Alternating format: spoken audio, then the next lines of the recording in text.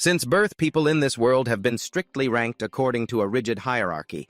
It's a paradise for the strong, but it's also full of pressure. It's unfair to the weak, but those rules completely changed the moment this young man appeared. Someone who was just a rookie signing up for his first rank-up battle. While people just hunt rabbits or catch birds to test their newly learned skills, he walked straight into a bear den and took down the biggest one. In his first combat match, he accidentally wiped out 2 top-tier players. The rank 2 fighter nearly got sent back to the lobby. Turns out he's the student of the person known as the world's strongest hunter. In a peaceful village, a 16-year-old boy named Lao was busy chopping wood under the scorching sun. Wiping off his sweat, he told himself he was finally done. But before he could even rest, an old villager called out to him. "Since you're done, help me plow the field, would you?" But immediately a powerful kick from behind sent the old man sprawling to the ground to Lao's shock. The one who did it was Yuna, who angrily shouted, "Stop making Lao do everything." Despite the old man lying flat on the ground, he still tried to argue that it was because Lao would always just agree to it. Even with no work to do, Yuna remained furious. She rushed over, grabbed Lao, and shook him hard. "Lao, because you agree to everything, they treat you like a fool!" Even though Lao just felt dizzy and replied that he was fine. But Yuna still felt indignant at her friend's excessive kindness. Suddenly, she had an idea and shouted with excitement, leaning close to whisper a secret in Lao's ear. "Do you want to get out of this village?" "Actually, I found a secret path no one knows about." But their escape plan hadn't even started when an old woman appeared to stop them. "Have you both forgotten all the village laws? We are not allowed to go outside." Despite Yuna's resistance and questions, the old woman firmly blocked the path with her cane and ordered the villagers to lock the girl up immediately. While Yuna was dragged away screaming about how absurd the rules were, other villagers continued to take advantage of Lao's gentle nature. A man casually asked him, "Hey kid, can you help me get some water?" What a pushover. With a naive expression, Lao gently replied, "Yes, sir."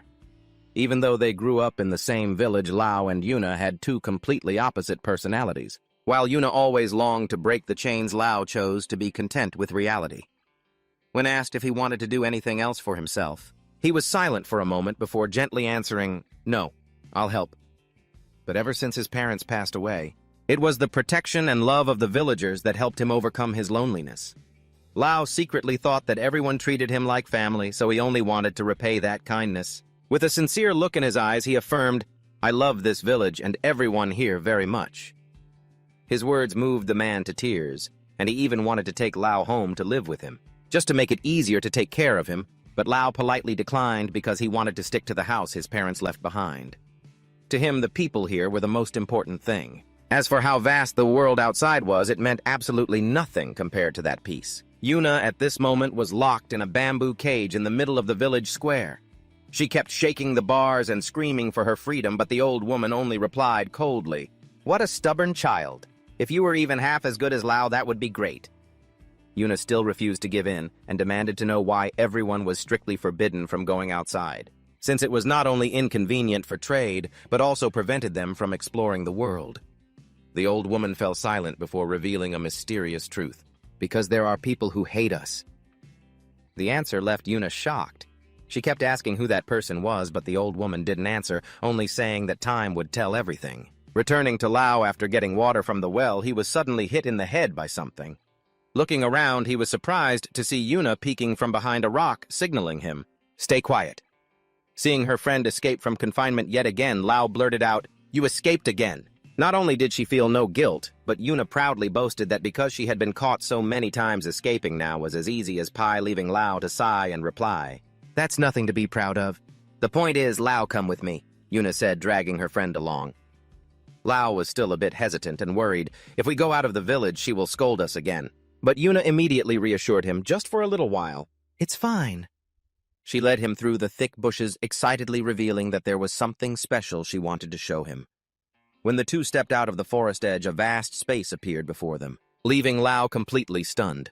Yuna pointed to the vast valley with a winding river below. "This is the world outside. It's this massive." Standing before such a majestic scene, Lao could only gasp in amazement.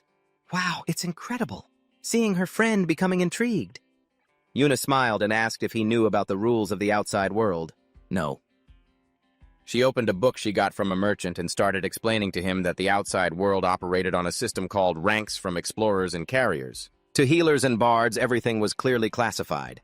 Those who reached high ranks were called rankers, not only people but even weapons. Food power and wealth were all tiered. It seemed like everyone in that world followed this system very strictly. Lao marveled, realizing that the outside world also had its own rules and wasn't just chaos. Yuna nodded in agreement. She felt this was much more interesting than the restrictive laws in the village. With eyes burning with passion, she loudly declared her dream. I want to become an explorer, compete with opponents from all over the world, and then one day, become a super cool explorer that everyone respects. Even though Lao was still wary and reminded her about the ban on leaving the village, Yuna had already made up her mind. I don't care. I've decided I'm going to leave this place. She reached out toward her friend, sincerely inviting him. Lao, come with me. Go exploring. Hey, don't go tempting an innocent soul. Before Yuna's unexpected proposal, Lao could only stare in confusion. Yuna insisted that Lao should go out too. Then, remembering back to when they were 5 years old, how Yuna was attacked by a giant bird, and it was Lao who bravely saved her life in Yuna's memory of that day. Lao had unleashed an incredibly powerful blue energy to drive the monster away, yet Lao himself claimed to have no memory of that event at all. Did that really happen? Yuna gestured wildly, insisting with absolute certainty that it did. Something blue had erupted out of nowhere. Yuna looked at Lao with eyes full of trust, confessing that even though he was often spacey, she knew that when things got serious, he was stronger than anyone else. She believed that if he stepped out into the vast world beyond, he would shine even brighter. Yuna beamed, reaching out a hand to her friend and earnestly inviting him, So let's go explore the world together, okay? Both stood silently before the vast horizon where their dreams were beginning to stir. However, Lao kept his head down, hesitant. He softly thanked Yuna but firmly refused, because of his deep love for this village. The answer made Yuna furious. She hit him, scolded him for being a stubborn idiot, and not wanting to care anymore, she turned her back and walked away, not forgetting to leave behind a challenge. Go ahead and live in this village your whole life then. Watching his friend's back fade into the distance, Lao could only tell her to get home safely. He never thought Yuna would actually leave the village, sitting alone in the meadow as the sun began to set. The two words, star rank, kept swirling in his mind. Once the sunset had painted the sky crimson, Lao told himself it was time to head home. But just as he stood up, a strange feeling made him freeze. Looking up at the sky, Lao was terrified to see a gigantic floating island with ancient architecture, hovering right above his head. He stood stunned, unable to believe his eyes. What was that? Suddenly, the island emitted brilliant blue electric currents and fired down a massive, powerful beam of light. He could only scream in horror as he witnessed such a shocking sight. But then the beam of light vanished as quickly as it had appeared, leaving the sky silent, as if nothing had happened. Lao scrambled up, trembling, amazed, to realize the giant island had completely disappeared. It left no trace. It came and went as quickly as a gust of wind. He ran for his life through the forest, his heart pounding as if it wanted to jump out of his chest. In Lao's mind, there was only one thought. It's okay, there's no way anything happened. He reassured himself, calling out Yuna's name, his grandmother's, and all the villagers. But as he reached the edge of the cliff, his feet stopped dead at a horrifying sight. The entire village had evaporated, leaving behind nothing but a hollow, eerie abyss. Lao's face went pale, and he gasped in ragged breaths. What is happening? Not believing the reality before him, he wept miserably, calling out for Yuna and his grandmother in vain. His screams echoed, but there was no response. In his utter despair, the memory of Yuna's smile and the villagers' promise to treat him like family flooded back, squeezing his heart. Lao collapsed to the ground, letting out a heart-wrenching scream amidst the blood-red sunset. Everything had been destroyed in an instant. Going insane would be an understatement. He sobbed, asking the heavens why. Why did it have to be this way? Just then, heavy footsteps echoed from behind. A man with a rugged appearance carrying a sword at his hip walked over quietly. He looked down into the abyss with eyes full of regret. He muttered to himself, "Damn it, I'm late again." I could only stand by and watch. Realizing the stranger's presence, Lao looked up with tear-filled, bewildered eyes. The man looked away, trying to suppress a sigh. I know you're hurting, kid, but don't worry, that island is gone now. Hearing the word island, Lao seemed to snap back to reality. He lunged and grabbed the man's jacket, interrogating him with agitation. The island from before, do you know what happened? Tell me. What happened to this village, to the people? What is that thing? Instead of answering, the man handed him a piece of paper and said coldly, Leave this village. Go to the place written on this. Then you will be safe. Lao wouldn't have it. He grabbed the man's collar and shouted, Tell me I know. His anger made the man snap. "Look, the whole village is gone." He insisted that this was not a world a child like him could touch, and then demanded that he forget everything. Turning away to leave, the man gave one last warning. "Don't try to look for anything. It's not worth sacrificing yourself to." Standing alone in the rubble, Lao bowed his head. Tears fell onto the parched earth. Yuna's words from years ago echoed in his ears. "I know you're spacey, but when things get serious, you're stronger than anyone." Suddenly, a brilliant blue energy erupted from Lao's body, swirling violently like a storm. The man turned back in astonishment, eyes wide, as Lao declared firmly, "How could I ever forget? I will go to that island and bring everyone back. Prana is the spiritual energy of all living creatures, a power that everyone possesses but very few are aware of, and can actually control. There are geniuses who use it unconsciously in combat or art, but normally prana is colorless and extremely difficult to see. Only those with an overwhelmingly powerful prana can make it tangible like Lao is doing right now. He has natural-born power without even realizing it." Watching the boy intently while staring into the blue aura engulfing him, the man clucked his tongue deep in thought. So this is a survivor from the village.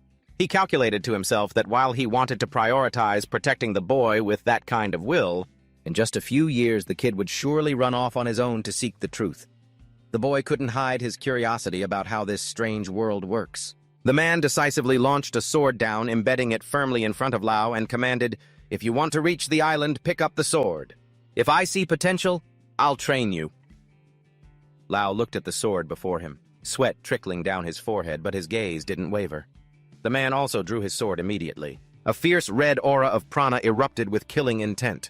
He roared as he charged, intending to kill. "Come at me!" With a split second of hesitation, Lao tightened his grip on the hilt, gathered his momentum, and lunged straight at his opponent with wind-tearing speed. The two streams of red and blue energy collided violently, creating shockwaves that shook the entire region. Even though he realized Lao was a total beginner with a sword, the man was still terrified by the pressure the boy was creating in that moment of direct confrontation. He inwardly marveled, admitting, "Clearly the kid is a newbie, but this pressure is stronger than anyone else's." The prana from Lao's body exploded. It was so powerful that the man had to gasp. Such extraordinary prana waves. The pressure from the boy made him realize he couldn't underestimate him. Not for a second longer. He told himself, this kid is no joke. After the showdown, the two sat together amidst the somber sunset as the man began to reveal the truth. About the thing that destroyed the village, the Island of Gods, that's what it's called. He explained that this island usually drifts across vast seas, but sometimes it appears suddenly, in completely different locations to wipe out humans or land. With a thoughtful, regretful expression, he blamed himself. "I came to stop it, but I was too late." Hearing this, Lao wondered about the fate of the villagers. The man said that according to one theory, those enveloped in that light would be taken to the Island of Gods. Lao naively asked if he could touch that light to find them. But the man immediately extinguished that hope. "I already told you it's just a theory. Even if they're still alive, who knows what happened to them?" However, he also pointed out a more practical path. There is one shortcut, and that is to climb to the top 10 in the adventurer rankings. Adventurers are experts specialized in investigating and developing unexplored territories.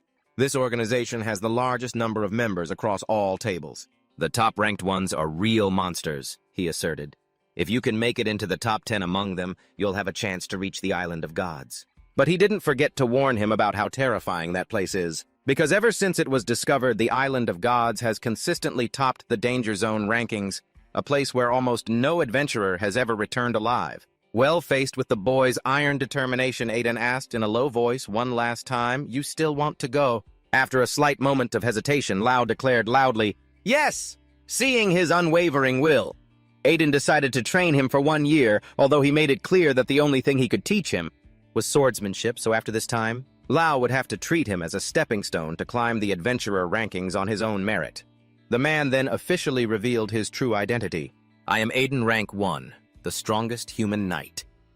He held out his hand, asked for his name, and the boy replied softly, "Lao."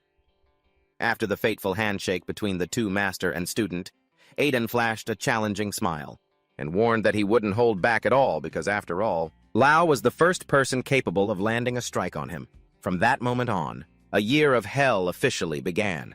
The training sessions were so harsh that the blisters on Lao's hands and feet burst, his muscles ached intensely, and his bones felt like they were being crushed. He constantly had to face giant monsters and suffered severe injuries all over his body. Hard work really does pay off, and true discipline leads to mastery. Throughout that time, Adon never mentioned anything more about the Island of Gods. It seemed he wanted Lao to understand that if he couldn't find the truth on his own, he'd be better off giving up right now. The villagers must still be alive. That intense belief was the only motivation helping Lao overcome all his own limits. With every sword stroke, he constantly questioned the reason why the village disappeared. And what is the true nature of the Island of Gods? To find the answer to everything, Lao was determined to reach the top of the adventurer rankings at any cost. Time passed. 1 year later, standing before a vast valley with a river flowing long at the foot of the mountain, Aiden asked in a low voice, "Are you ready, kid?" With a slight hesitation, Lao replied with absolute confidence, "I've been ready for a long time." Lao closed his eyes halfway to let the memories of Yuna flood his mind. The image of his childhood friend, radiant and full of enthusiasm with the desire to become a great adventurer, surfaced. Clear as day, Yuna had earnestly invited him, "Lao, come with me, okay?" But now, that girl who craved to explore the world had vanished. Lao whispered to himself that now he would be the one to start this journey, to carry the burden for her and fulfill the unfinished dream. At 17, the naive boy from before has now completely transformed, becoming taller and more mature in his rugged adventurer outfit. Seeing the clear change in his student, Aiden couldn't help but exclaim, "You've grown quite tall." Lao just replied gently that this was simply his growth spurt. As a disciple of the strongest human knight, Lao carried with him iron will and skill. Having been forged in hell to forge ahead, the expedition to the Island of Gods officially begins at the Walter Kingdom, where the imperial capital of Chakista is located. Magnificent at the Chakista branch of the Certification Institute, amidst piles of towering books, the girl was fast asleep until she was startled by a call. "Lux, it's almost time." The girl jolted awake and shouted in a panic, "Oh no, I overslept!" As she hurried down the hallway, she was reminded by the colleague walking beside her. "Did you stay up all night researching rankings again?" The girl immediately retorted, "So what? I'm a certifier after all." The woman warned her in a stern voice that precisely because she is a certifier, she must manage her state well, as her position determines the rank and status of so many people. Being a certifier is a profession respected by people all over the world, requiring deep knowledge and fair judgment to update rankings appropriately. This is one of the hardest jobs in the world. Only those truly chosen and who have passed countless tests can take it on, despite the position being one that many dream of. Lux still enthusiastically declared, "Even as a certifier, I'm still very inexperienced. I have to try harder to get promoted." When asked about her goal, the girl dreamed of becoming a dedicated certifier for one, a top-tier ranker. But then she pouted and sneered, "I don't like any rankers. Rankers these days are all just idiots." In Lux's eyes, the fierce competition of the past has now been replaced by nearly fixed top positions, making her work lose its meaning. She clenched her fist firmly, asserting that only with innovation can rankings have value. But only when talent appears can there be change. Seeing the passion of her subordinate, the woman smiled and led her to a large door. "That rising star will be one of these people." The door opened to reveal a hall packed with people taking the Explorer ranking registration test, to Lux's surprise at the sheer number of candidates this year. Her colleague explained that the main reason was that the Azaban Forest had just entered the Dangerous Zone rankings last month, attracting countless people wanting to try their luck. Lux nodded, observing the crowd. I understand. There are many potential candidates this time. Among them, the most prominent is Audacious, leader of the Red Wolf Mercenary Guild, who currently holds rank 753 in the mercenary world, followed by Eddie Marksman, a genius marksman ranked 402nd from the famous Marksman family, where his father once held rank 2 and his brother is currently at rank 7 with an amazingly fast archery speed. Eddie is expected to have an extremely bright future. Not only that, this exam also attracts countless rankers from different fields, from merchants, knights, sailors, to even guides.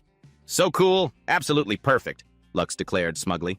"Hehe, after all, I am a certifier. Just by looking, I can tell what rank they belong to." Lux continued to rattle on about the Explorer Ranker title, something every ranker craves, to be able to enter special territories like the forest. Azaban. Just then, the bell at the reception desk rang, cutting off her flow of excitement. The woman smiled to greet the guest. Standing in front of the counter was Lou. He calmly said, "They told me to come here to register for a ranking." The woman began to explain thoroughly that ranking is a system managed by the Certification Institute with certifiers, sent everywhere to test ability and determine the rank of rankers. Although you can update your rank anywhere, there is a certifier. The initial registration must be done at the Institute. Just in time, the test is about to begin. Would you like to participate? Before the woman's invitation, Lu nodded in agreement. Yes. He quickly filled out the information on the form and paid the exam fee of 3,000 mail. After completing the procedure, the woman gave him contestant number 53 and directed him to the waiting room.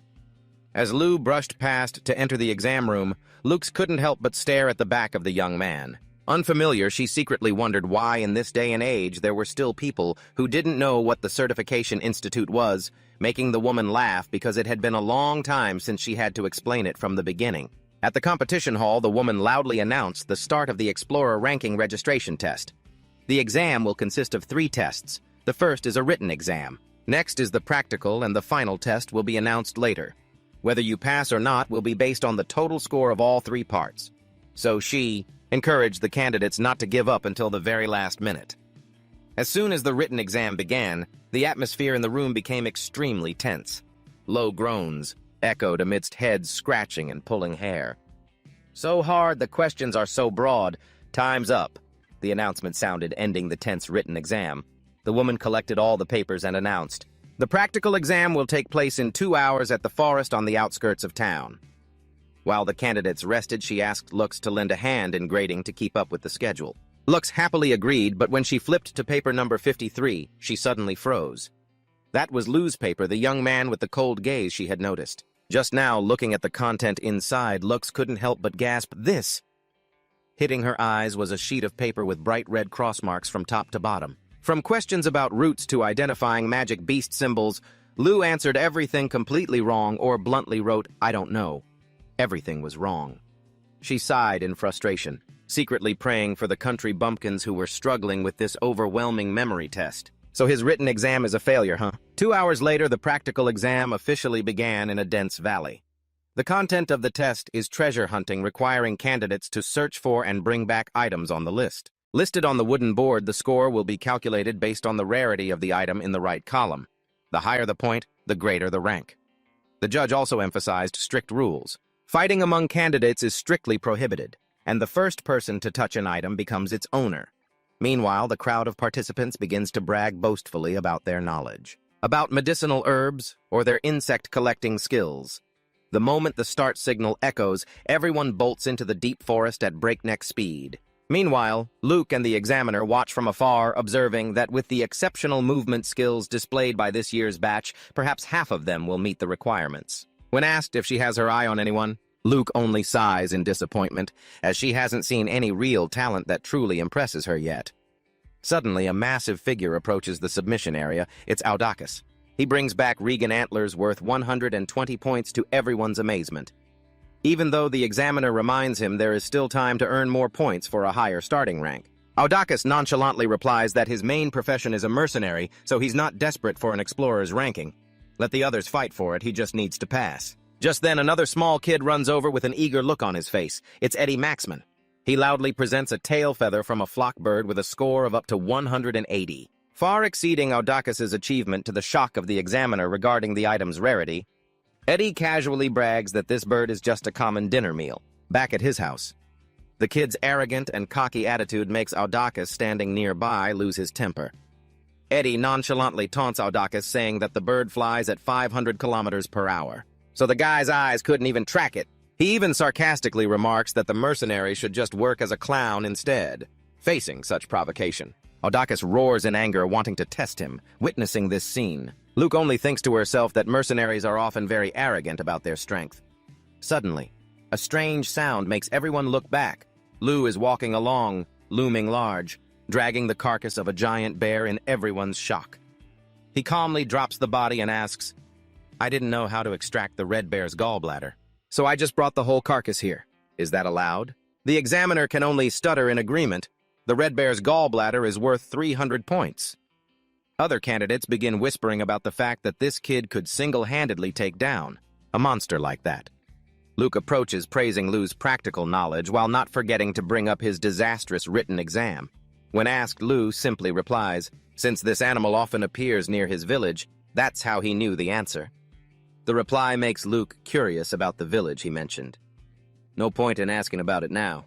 It's already been wiped off the map. A man standing nearby is still shaken, having accidentally witnessed the whole thing, but he cannot find the words to speak. In his memory, the ferocious red bear had charged in to attack, but the moment Lu drew his sword, a flash of blue light moved with terrifying speed.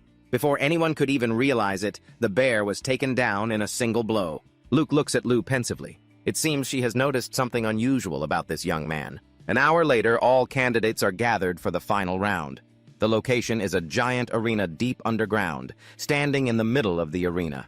The examiner sternly asks if everyone knows what an explorer should be most wary of, then provides the answer herself. Not magical beasts, but humans.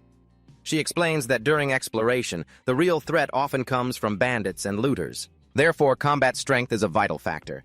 The final test is a simulated battle where candidates will directly face each other.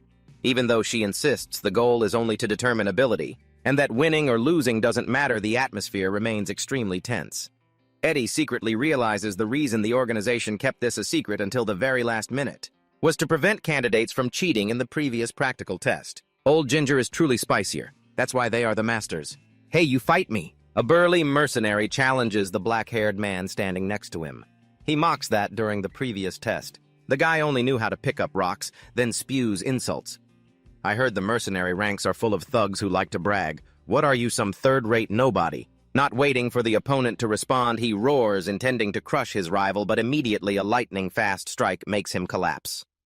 The black-haired man calmly sheathes his sword, coldly replying, "Sorry, I couldn't hold back my anger." Witnessing that scene, the examiner is shocked. Even though this person didn't pass the previous tests, the strength of a third-grade mercenary in the official rankings is truly a monster that cannot be underestimated. The examiner secretly assesses that candidate Audacus is even more hot-tempered than his appearance suggests, and perhaps only the genius Eddie is strong enough to face him. Just then, Luke approaches and makes an unexpected suggestion. "You know, can I choose the opponents for that guy?" Her eyes are directed toward Lu, the young man who took down the red bear in a single move. After the intense matches of the other candidates, match number 8 is officially announced. Number 27 and number 41 will form a team to face number 53. What kind of game is this, 2 against 1 that's just asking for a massacre? This arrangement makes both the black-haired man and Eddie feel insulted. They roar, "Are you ladies out of your minds? It's been a long time since I've been underestimated like this." Even the examiner anxiously asks Luke if that's really okay. Yet as she smiled with excitement, her eyes shining brightly while looking toward the arena. Perhaps if I'm reading this right, that person is a total monster. The lopsided match between a rookie and 2 well-known rangers started attracting every gaze from the stands. Standing opposite is Audacus, the young captain of the Red Wolf Mercenaries. He is no mere amateur, having single-handedly wiped out the 62nd ranked Camo Crime Syndicate last year, taking down the boss and 7 high-level subordinates all by himself to build his reputation. Standing gloriously alongside Ao is Eddie Maxman, the young master of the prestigious Maxman Archer clan, rigorously trained by a father who once held the 2nd rank in the world. Eddie is a true genius, having made it onto the rankings since he was 5, with elite skills that match his pedigree. Both of them are incredibly formidable opponents, and the adversary of these 2 monsters is just a young, unknown boy. How could those 2 ever stand such an insult? Under the suffocating pressure of the arena, Lu calmly drew his sword. A brilliant blue prana current began to coat the blade with immense power. As soon as the start shout rang out, Eddie immediately got into his battle stance. He pulled back his bowstring, aiming with the speed of a prodigy. The arrow tore through the wind, but Lu just needed a gentle swipe of his blade to swat it away. Not letting his opponents react, he dashed forward at terrifying speed. Audacus also quickly swung his curved blade to join the fray. The fiery clashes between Lu's sword and his opponent's blade sent sparks flying everywhere. The speed of the battle was so fast that the spectators in the stands could only see blurs. They asked each other in a panic, "Hey, do you see anything?" But they only received a helpless reply, "I can only hear the sounds." Amidst the ear-splitting clashes, Lu remained hyper-focused, his glowing eyes pierced through every movement of his opponents. He continuously unleashed powerful strikes, forcing Audacus to struggle in defense, sweat streaming down his terrified face. Just as Eddie fired supporting arrows from afar, Lu instantly pivoted, performing an lightning-fast arc slash. Every technique seemed as simple as breathing to Lu. The arrows tearing through the air were easily swatted away by him right in mid-flight. The disparity in rank left everyone witnessing it with their jaws dropped in shock. Audacus remarked in horror, "That swordsman is at a rank higher than a knight." Eddie trembled, agreeing that he had never met anyone with such terrifying ability before. Facing the astonishment of his opponents, Lou coldly asked, "Are you two also linked to the rankings?" Eddie immediately replied, "I am Archer rank 402, and Ao introduced himself as Mercenary rank 753. Hearing this, Lou whispered softly, "I see. So if I defeat both of you, I'll reach a 3-digit rank immediately." A massive burst of blue prana exploded from Lou's body, radiating like a storm and engulfing the entire arena. Eddie and Ao were completely frozen, only able to gasp in despair. What? How is this guy suddenly emitting such overwhelming pressure? Standing from afar, Luke couldn't help but be shocked as she witnessed this earth-shattering scene. Prana, such a terrifying amount I can see it with my own eyes. Eddie still stubbornly insisted that rankings weren't just based on general level, but that sniper specialization required high precision. He was ranked 78th, yet his arrow had barely left the string before Lou neutralized it easily. In the blink of an eye, Eddie lay collapsed on the ground. Seeing his comrade defeated so quickly, the mercenary could only gasp in shock. Lou's eyes burned bright, his prana releasing an aura that made his opponent's spine chill and sweat profusely in fear. Just as he prepared to swing his blade to retaliate, Lou had already glided past him like the wind appearing right behind him, leaving him frozen because he couldn't keep up with that speed.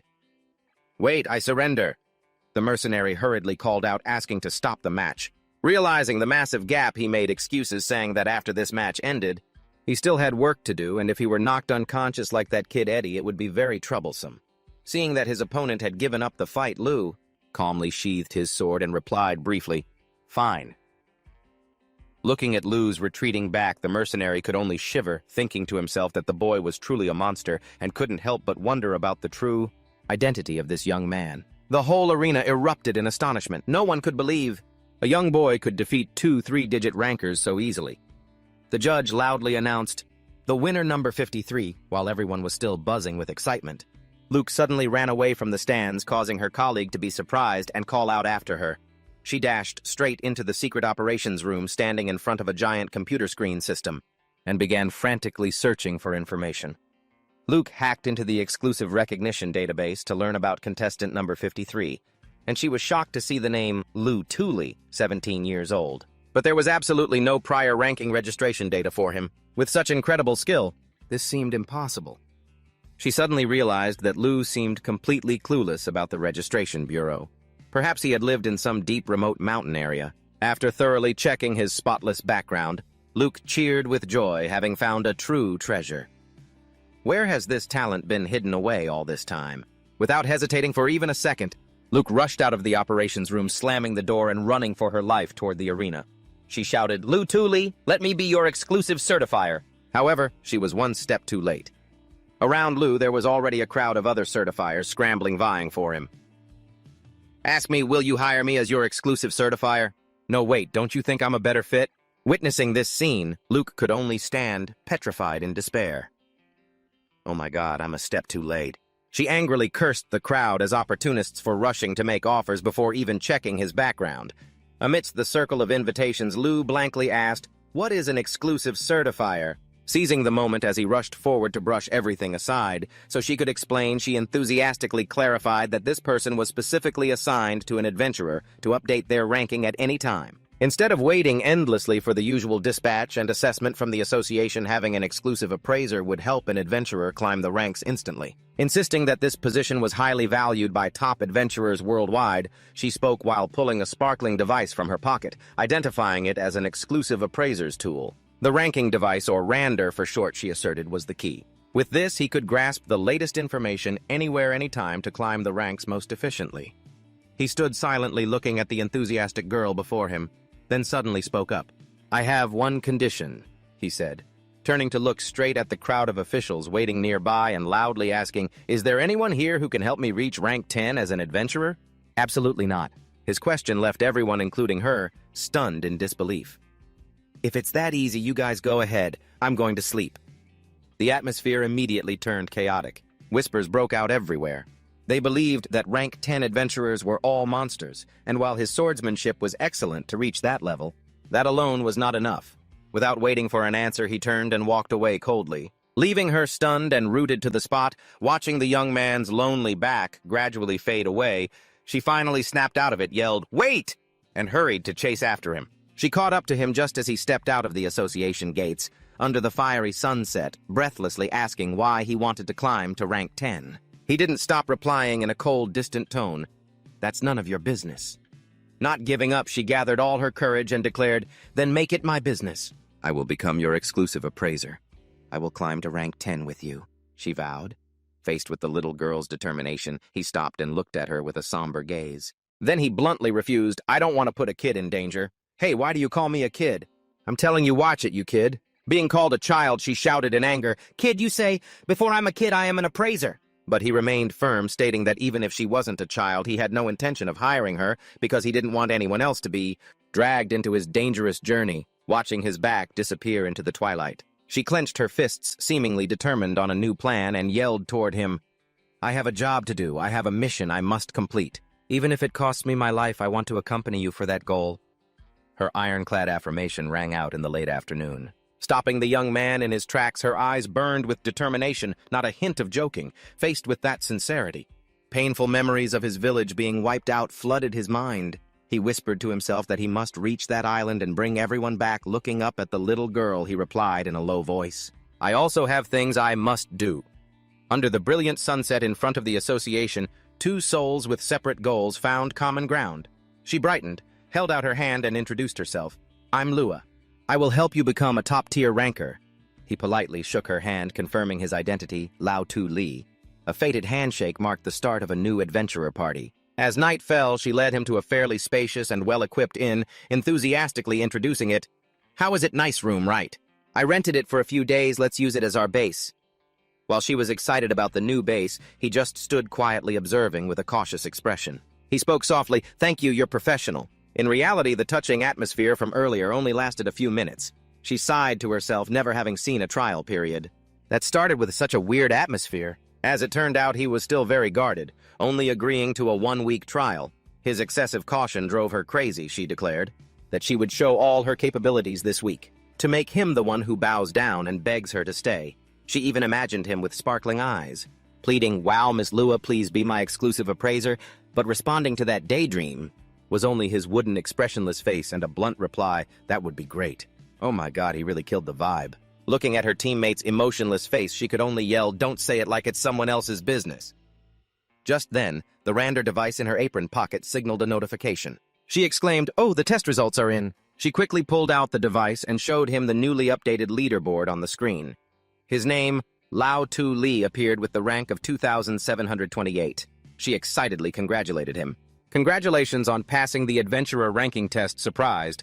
Rank 2,000 right after registering is an exception." Contrary to her excitement, he muttered, "I thought it would be in the hundreds." A comment that left her stunned, asking, "Why?" He explained with an extremely simple logic, "Because both of my opponents in the test were in the hundreds, a rank 402 archer and a rank 753 mercenary." That's true. But for someone who fought two such strong guys to be ranked 2,000, that's stingy. She explained that the adventurer rankings have extremely fierce competition, because the number of participants is far higher than other fields. She showed him his detailed stats. Lao Tu Li adventurer rank 2,728, but most shockingly his sword speed rank. Since the number of participants is way higher than in other categories, she hands Lao the detailed stat sheet for Lao Tu Li rank 2,728 adventurer. But the most astonishing part is his sword speed rank. Reaching number 58, looking at these stats, I can't help but exclaim that from a certifier's perspective, this is truly a terrifying talent, and I'm curious about the two previous opponents. I asked if they possessed many different rankings like this. I immediately displayed the info for Audakas and Eddie Maxman as examples. He's not just a rank 753 mercenary, but also holds other positions like rank 521 swordsman, rank 209 special cleaner, or even rank 86 trusted crime boss. Meanwhile, Eddie, besides the title of rank 402 archer, is also a rank 78 sniper and a rank 19 mushroom cultivation expert. Having many rankings means more job opportunities, but Lou flatly declared he doesn't want a job. I realized that even though we just met, I understood part of Lou's character. He wants to climb to rank 10, adventurer by the shortest path, just to reach his only goal, reaching the nobility. I was stunned. Why did he know that secret? I explained that it's the exclusive privilege that only those in the top 10 adventurers can receive. I suggested that after the trial weekends, Lu should tell me his real reason, and in return, I'll reveal my own situation to make it fair. Although admitting it is a bit hard to explain to someone new to the ranking board, I still said in a low voice that what I'm pursuing is the dark side of this ranking system. Seeing Lu still looking blank, I quickly changed the subject, wondering about the source of his strength and the extraordinary sword techniques he possesses when Lu calmly revealed that a year ago. He was a disciple of a knight named Aiden. I was so shocked I yelled, "Aiden!" I couldn't believe my ears when I heard the name Aiden, the man known as the Rank 1 Knight, the strongest human on Earth.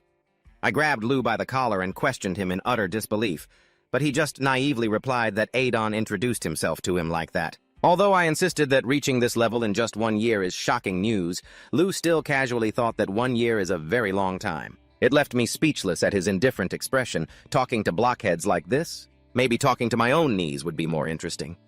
I shouted in astonishment. Aiden is a swordsman famous for not teaching his techniques to anyone. I explained that countless people have been rejected after begging for his instruction. If there were a ranking for refusing disciples, Aiden would definitely be at the top. Rumor has it he does that to pass it on to the next generation of Rank 1 Knights, causing many others to risk their lives climbing ranks just to be noticed by him. I looked at Lu in disbelief and blurted out, "But who would have thought you'd inherit it? Other knights would faint if they knew about this." Seeing Lu naively ask back, "Is he that great?" I roared. "Of course he's at the top, meaning he's the strongest in the world. I can't believe it." I grumbled at Lu's stiff attitude. "Seriously, you're just blanking out again," I muttered. "How were you raised? I have to look at the data again." Just as I checked the device, I muttered in suspicion when I saw the name Tully appear in the registry for the first time. I wondered if this was a fake alias. Memories of the conversation with his master flooded back. When asked what his last name was, Lu also blankly asked, "A last name? What's that?" which made Aiden click his tongue. Thinking it was due to cultural differences, Aiden sternly warned him, "If you want to reach the nobility by the shortest path from now on, tell them your name is Lu Tulidi." He warned that this is very dangerous, but if successful, important clues will find you. Standing before the giant abyss where the village once existed under the sunset, Lu softly replied, "I understand." Returning to reality, I silently realized this definitely wasn't a fake alias.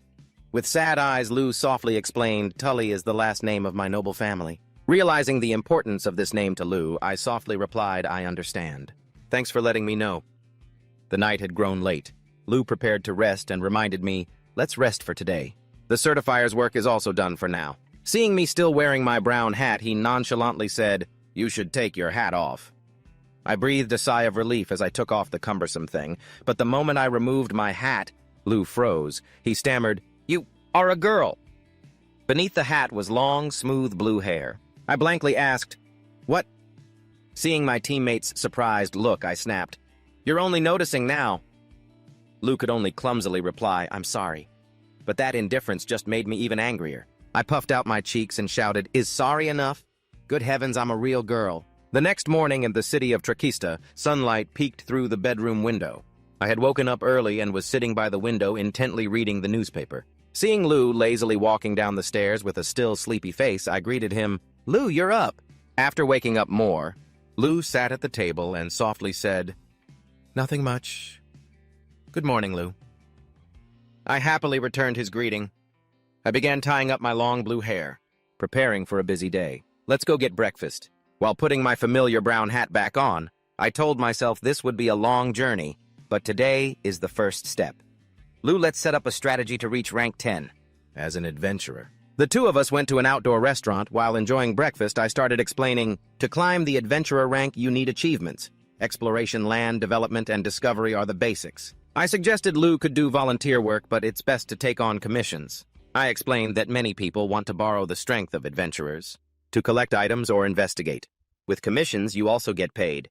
Perfect for beginners, you can pick up these commissions at certification centers or guild organizations. Depending on the country you're in, you can accept them just by using this." She excitedly showed off her Rangtel device while talking, but you know how it is. Showing off expensive gear just makes everyone else jealous. After eyeing the compact device in his hand for a while, she remarked, "So it really is a Rangtel, isn't it? Useful, right?" Seeing him start to get interested, she immediately tried to rope him in. "See, if you become my exclusive certifier, you can use it freely. Think it over. Are there any commissions that let you rank up quickly?" She explained that the fastest way was to take on high-difficulty missions, as the Certifier Bureau provides a rough estimate of how much each commission impacts your rank upon completion. He scanned the list of missions on the screen marked with ominous skull icons for danger. He pointed at the top row and said decisively, "I'll take the one at the very top." She curiously checked the details to see what it was. Retrieve a secret treasure from the Rokiana Underwater Temple Rank 7 Danger Zone. As soon as she read it, she slammed the table and jumped up in a panic. She shouted across the restaurant, "No way! You can't do that right now." No matter how hard she tried to stop him, he replied calmly, "How would I know unless I try?" But she was dead set against it. "You don't need to try to know it's impossible," she yelled, slamming the table again full of worry. "Trust the eyes of a professional certifier. This commission is way too hard for you right now. You'll be dead before you even rank up." Ignoring her, he just kept eating and replied calmly, "Even so, let me give it a try. It's the top of the dangerous areas, the island of the vassals, right? You can't just hide from a place like that." Her stubbornness left her feeling helpless. She thought to herself that she had to find a way to convince this guy at all costs. Just then, a deep, warm voice from behind interrupted their argument. "Looks like you're in trouble, kid." She was startled, turned around, and exclaimed in surprise, "Lao!" The man smiled and greeted her. "Long time no see." Seeing her still blankly asking who he was, she immediately introduced him. "This is Lao Bluewood, a top-tier rank 11 adventurer. You know that out of all the adventurer rankings, the adventuring profession has the most people, and those at the very top are monsters you can't afford to underestimate. And Lao is one of those monsters." He quietly calculated, if this man is rank 11, then he only needs one more rank to be eligible to challenge the Island of the Gods. Sensing a once-in-a-lifetime opportunity to teach him a lesson about real strength, she suddenly had a bold idea. She grabbed Lao's hand and begged earnestly, "This is perfect, Lao. I need your help. Please beat him. Show him what he's dealing with. Stubbornness won't get him anywhere." Soon after, both of them were at a massive underground arena. Lao stepped onto the field and asked casually, "Kept you waiting?" As Lao approached holding a long spear, he explained that since he rarely accepted sparring matches, he had to borrow a weapon. "It's a bit light, but it should be fine." Standing before such a high-ranking senior, he bowed politely. "Lao, nice to meet you."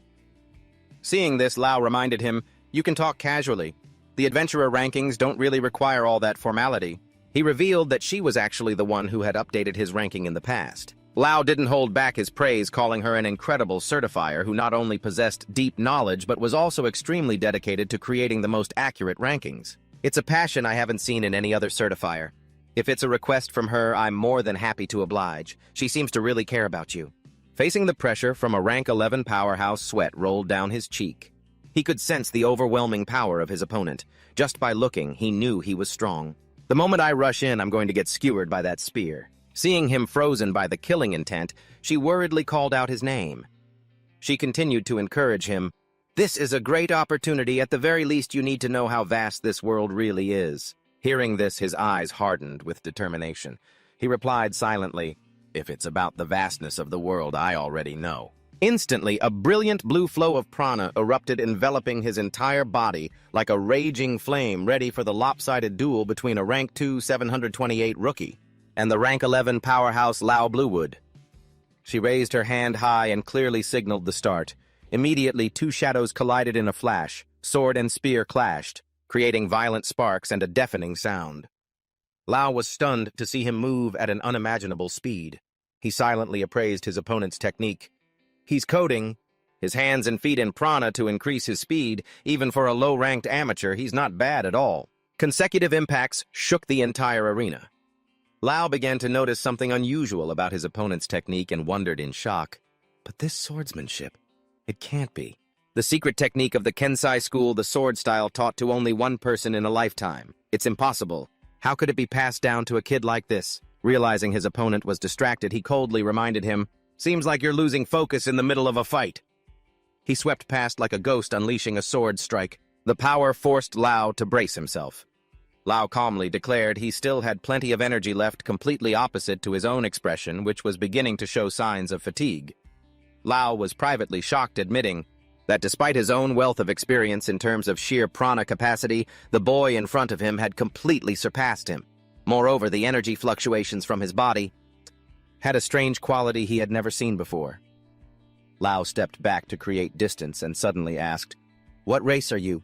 Before he could even respond, he insisted, "Don't bother faking it because that peculiar prana fluctuation isn't something that can be achieved through normal means." Lao sighed and then gripped his spear tightly, declaring, "If you don't want to talk, I'll just have to find out for myself through our fight." "Next up," Lao said in a low voice, "I wonder if you can use skills." Confusion washed over him instantly as a heaven-shaking explosion of fire energy erupted. A barrage of blazing spears appeared surrounding Lu in the brilliant radiance of a legacy technique. Looking on from afar, the Blue World adventurer witnessed this overwhelming display of power, her heart seized with panic and concern for her comrade's life.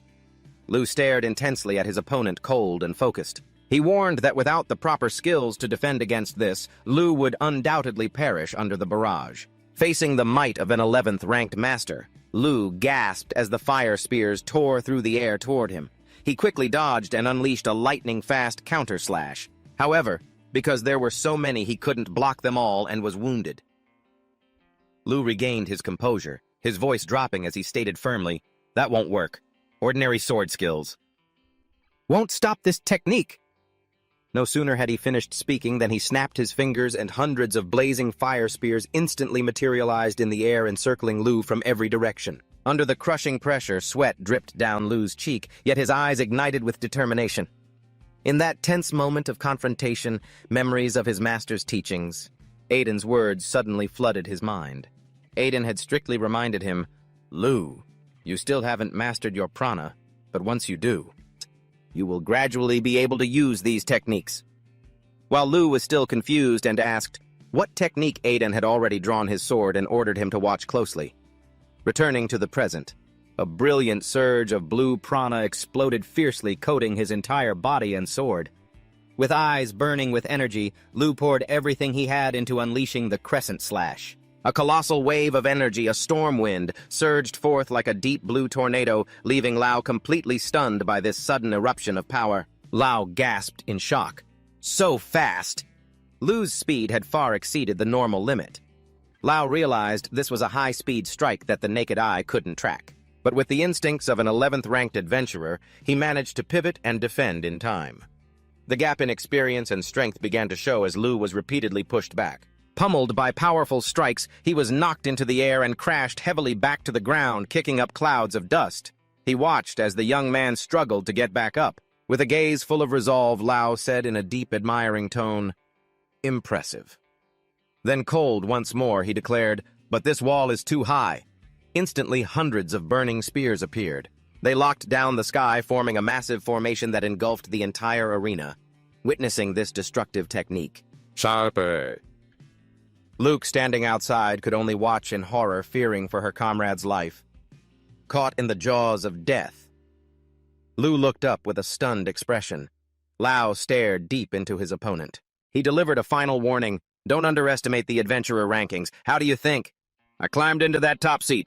Under the suffocating pressure of the spears raining down, Lu could only spit out bitterly, "Damn it." A series of explosions erupted, shaking the ground as debris and dust flew everywhere.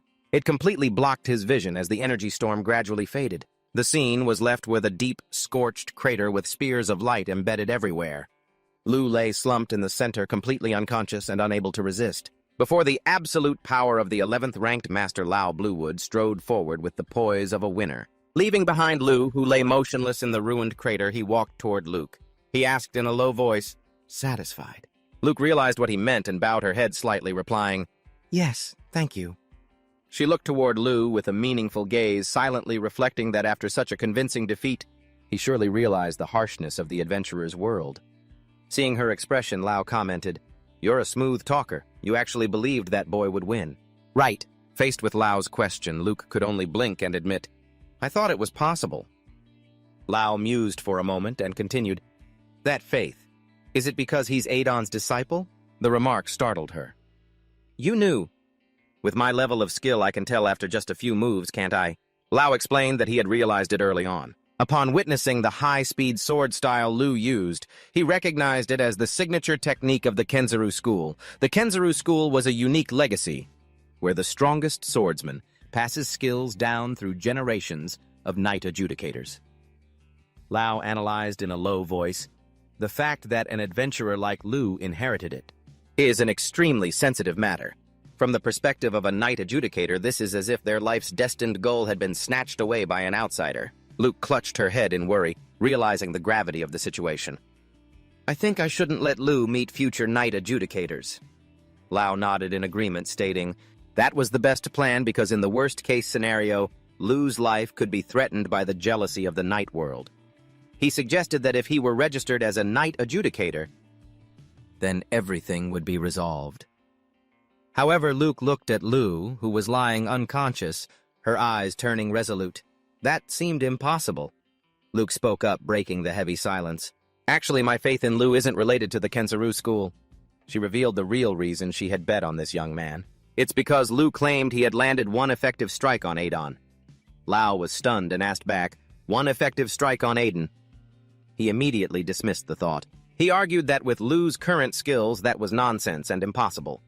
Even though Lao didn't believe it, Luke remained determined to defend her stance. I thought so too, but Lu isn't the type to lie. Lao fell silent, his eyes filled with deep thought. He mused that perhaps there was a special reason behind this story. Even though the Kenzaru techniques were surprising, what really bothered Lao was the strange prana fluctuation radiating from Lu's body during the fight. As both of them left the arena, Luke called out after him, Lao! Lao stopped his hand gripping his spear. He looked toward the distant horizon and muttered, that boy might be able to use those techniques too. If he uses them, I might lose. In a hazy memory, Yuna's figure appeared gentle in the small kitchen, humming a familiar melody under the sunlight of the morning. However, that peaceful atmosphere was immediately shattered by his grandmother's shouting, What are you mumbling about? She angrily scolded her, calling her a fool, and insisted that it was because of that cursed poem that no one could leave the village. She warned Yuna never to speak of it again. In a hazy state, a warm hand gently touched his forehead along with a belated apology. Sorry, Lu. Lu jolted awake, realizing he was lying in a hospital bed, his body covered in bandages. From his chest down to his legs, the wounds from his confrontation with Lao still ached, leaving him dazed as he realized he was in an unfamiliar place. Where is this? Seeing him wake up, Luke happily approached. Oh, you're awake. She explained this was the Assessment Bureau's treatment room and noted he had been fast asleep for an entire day. Lu was stunned. An entire day? Luke nodded, confirming he had been deep in sleep. It felt as if a string inside him had snapped. According to the doctor, the cause was mental exhaustion that had built up in his heart for too long. With a look full of concern, Luke sincerely advised him. I don't know what you're carrying on your shoulders, but aren't you rushing things too much? The image of Lao's light spears raining down flashed in his mind. He quietly admitted, maybe you're right. Sensing the atmosphere turn heavy, Luke gripped the edge of the bed. Lu, I have something important to tell you. She looked straight into his eyes and asked a mysterious question. Do you know what poetry arts are? Lu shook his head, admitting he didn't. Luke then explained that poetry arts are a special way of utilizing prana that only certain tribes can use, and even those at the top of the rankings don't have many people who can use them. Lu asked in surprise, is Lao one of them too? Luke nodded, confirming it. He's a warrior of the Blue World tribe, a people excellent at hunting and living in the southern swamps. She explained that between tribes, there is a tradition of oral transmission through poetry, hence the name poetry arts. It is also closely linked to genetics, so it is usually very difficult for someone to acquire this power by chance.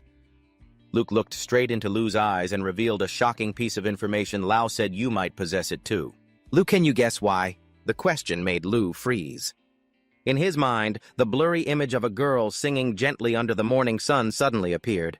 After a moment of deep contemplation, he quietly replied, I think I might. Hearing his confirming answer, Luke jumped up with excitement, cheering, Great! The girl enthusiastically asserted that poetry arts are a wonderful trait for an explorer, and she became even more certain that with this ability, Lu could absolutely become a top-tier explorer in the future. Not wanting to waste another second, Luke quickly pulled out her device and announced excitedly, All right, I found a mission that is perfectly suited for you, Lu. The Azaban Forest Survey mission. It's an ecosystem investigation of a forest ranked at danger level 48. 2 months ago, Lu wondered, is investigating the ecosystem just simply surveying animals and such? But Luke turned serious and warned him that the truth was more complex than that. She revealed that recently many people had mysteriously disappeared in that forest. Adventurers who accepted similar missions have all vanished from those ranked below 1,000 to those in the 800s. They all disappeared without a trace. If you uncover the cause of these disappearances, your current rank of 2,728, I predict, will jump up at least 200 spots. Of course, the risk is much greater. Hearing this, Lu stood up resolutely. Despite his wounds still being bandaged, he looked straight at Luke and affirmed, "I'll take that mission." Looking into her eyes, Lu asked softly, "Because you believe I can do it, that's why you recommended it, right?" Luke did not hesitate to confirm, "Of course," enthusiastically starting the process. "Then let's hurry and finish the mission acceptance procedures." While operating the device, she didn't forget to carefully instruct him on the rules of the Azaban forest, where certain animals are forbidden from being hunted and there are restricted areas. Although Luke promised to go with him to provide support, she still required Lu to remember everything carefully. When Lu asked about the consequences of non-compliance, Luke warned in a serious tone, "Your rank will be dropped immediately. If you work in an unorganized way, your seat is as good as gone." She further explained that no matter how talented an adventurer is, if they disregard or destroy the ecosystem or repeatedly fail missions, their rating points will be significantly reduced. Because the essence of ranking is the trust others have in a person's capability and ethics. Lu pondered and replied, "I see." Immediately after, a notification sound from the device rang out confirming the mission had been successfully accepted. Luke cheered excitedly, affirming this was a new step forward and the first building block for Lu to climb to the top of the adventurer rankings. Faced with her extreme enthusiasm and her call for them to work hard together, Lu only replied softly with a, "Yeah." Meanwhile, in the Azaban forest, where the night was bathed in a mysterious purple hue, a terrifying shadow was committing a cruel act. He coldly choked the life out of a poor man and growled, "Since you've seen me, there's no other way." The victim collapsed to the ground, no longer breathing. The perpetrator stood there nonchalantly as if he had just done something mundane. He looked down on the other person's life, thinking that with a small fry explorer like this, the Assessment Bureau certainly wouldn't bother wasting effort searching. Walking away, he mocked the idea of climbing the ranks seriously as a fool's game. His gaze stopped in front of an iron cage, holding a pure white unicorn. He calculated to himself that just by selling the precious horn of this creature, it would be enough for his rank to jump into the triple digits, easily. The person behind these dark schemes is none other than... It's so obvious the person behind all these dark schemes is Rosso Quen, a black market merchant holding rank 76, wears a polished but sinister look. He arrogantly believes that raw power alone isn't enough to climb the ranks. He justifies his existence as an adventurer by claiming to help those suffering from the unfairness of the current ranking system. Standing next to him is Darken Iris. A rank 672 adventurer with a fierce look, he insists he will never give up this lucrative hunting ground, and he loudly declares he will climb all the way to rank 100 somewhere else. After heading toward the gate of the Azaban forest, Lu gets stopped by the guards for inspection. Calmly, he presents his ID card. The guard takes a look, mumbles, "Rank 2,728, huh? An adventurer. Go on in."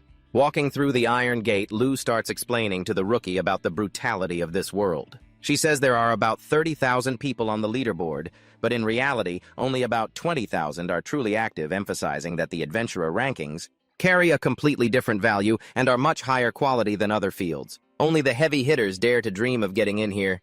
Seeing Lu look puzzled about that value, she explains that a 4-digit rank adventurer here is equivalent to a 3-digit rank on other boards. In fact, the people holding 3-digit ranks here are even stronger than the two opponents Lu defeated in the recent exam. Shaking off the distant thoughts, Lu excitedly raises his fist to the sky and cheers, "Well, then let the adventure begin." Both head deep into the Azaban forest, a dangerous area ranked 48. The surrounding space is covered in a mysterious purple hue and filled with grotesque ancient trees. Lu suddenly stops, his sharp eyes scanning the surroundings before he says in a low voice, "This forest, it isn't normal." His keen sense surprises Lu. "You noticed already." She explains that for veteran adventurers, one look is all it takes to know how dangerous this land is. Lu explains that ordinary people can hardly recognize that danger. That's why the dangerous area ranking system was created.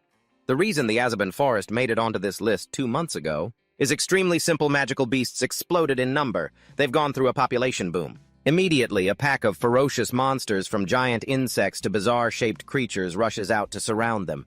Scared, Lu clings tightly to her friend's shoulder and shouts, "Lu, you have to protect me." Lu calmly draws his sword, his sharp gaze responding, "Leave it to me."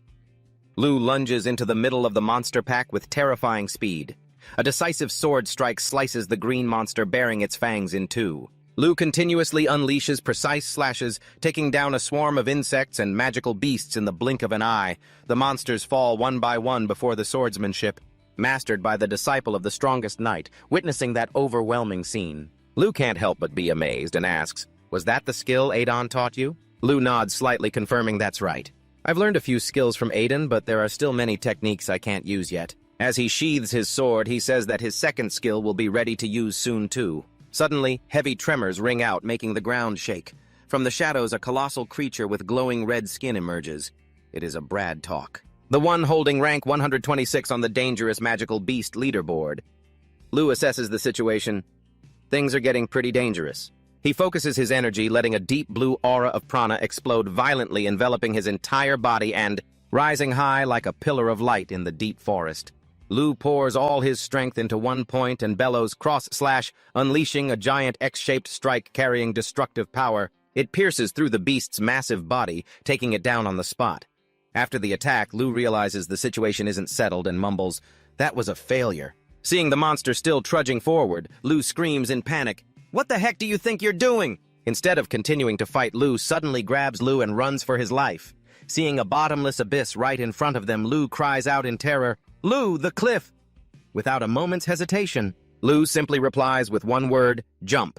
Then he grabs her tight. Before she can even collect herself to protest, they both leap into the deep abyss. Her scream echoes throughout the air. As they free-fall between the sheer cliffs, Lu shows off his masterful movement skills, repeatedly jumping and clinging to massive ancient tree branches to reduce the impact of the fall. When they land safely, Lu is so dizzy her head is spinning. Panting, she scolds, "If you were going to jump, you should have told me." But in the face of her teammates grumbling, Lu just nonchalantly explains, "Sorry, Adon's training was usually like this, so I'm used to it." Lu can only sigh in frustration, unable to imagine just how insane of a training regimen he must have gone through. The two continue to head deeper into a place, where the space suddenly becomes shimmering with magical blue lights radiating from the canopy. Standing before this mystical scene, Lu softly exclaims, "This place is..." And Lu excitedly affirms, "This is the area that needs investigating." After the Azaban forest was placed on the dangerous area list, the ecosystem investigation was restarted. About 80% of the investigation is complete, but 20% remains a mystery. That 20% is right here, where monsters are erupting in massive numbers and we are witnessing strange creatures from purple birds to winged beasts and glowing plants. Lao couldn't help but be amazed, standing there stunned. When Luke gently called out to him, Lao replied in a deep, thoughtful tone, "I've never seen animals or plants like these." Standing in the midst of this surreal landscape, Lao suddenly realized this was the very adventure that Yuna had always craved and invited him to join. Suddenly a strange noise came from the bushes. It made Lao immediately alert. He was about to draw his sword when Luke panicked and stopped him. "Lao, wait!"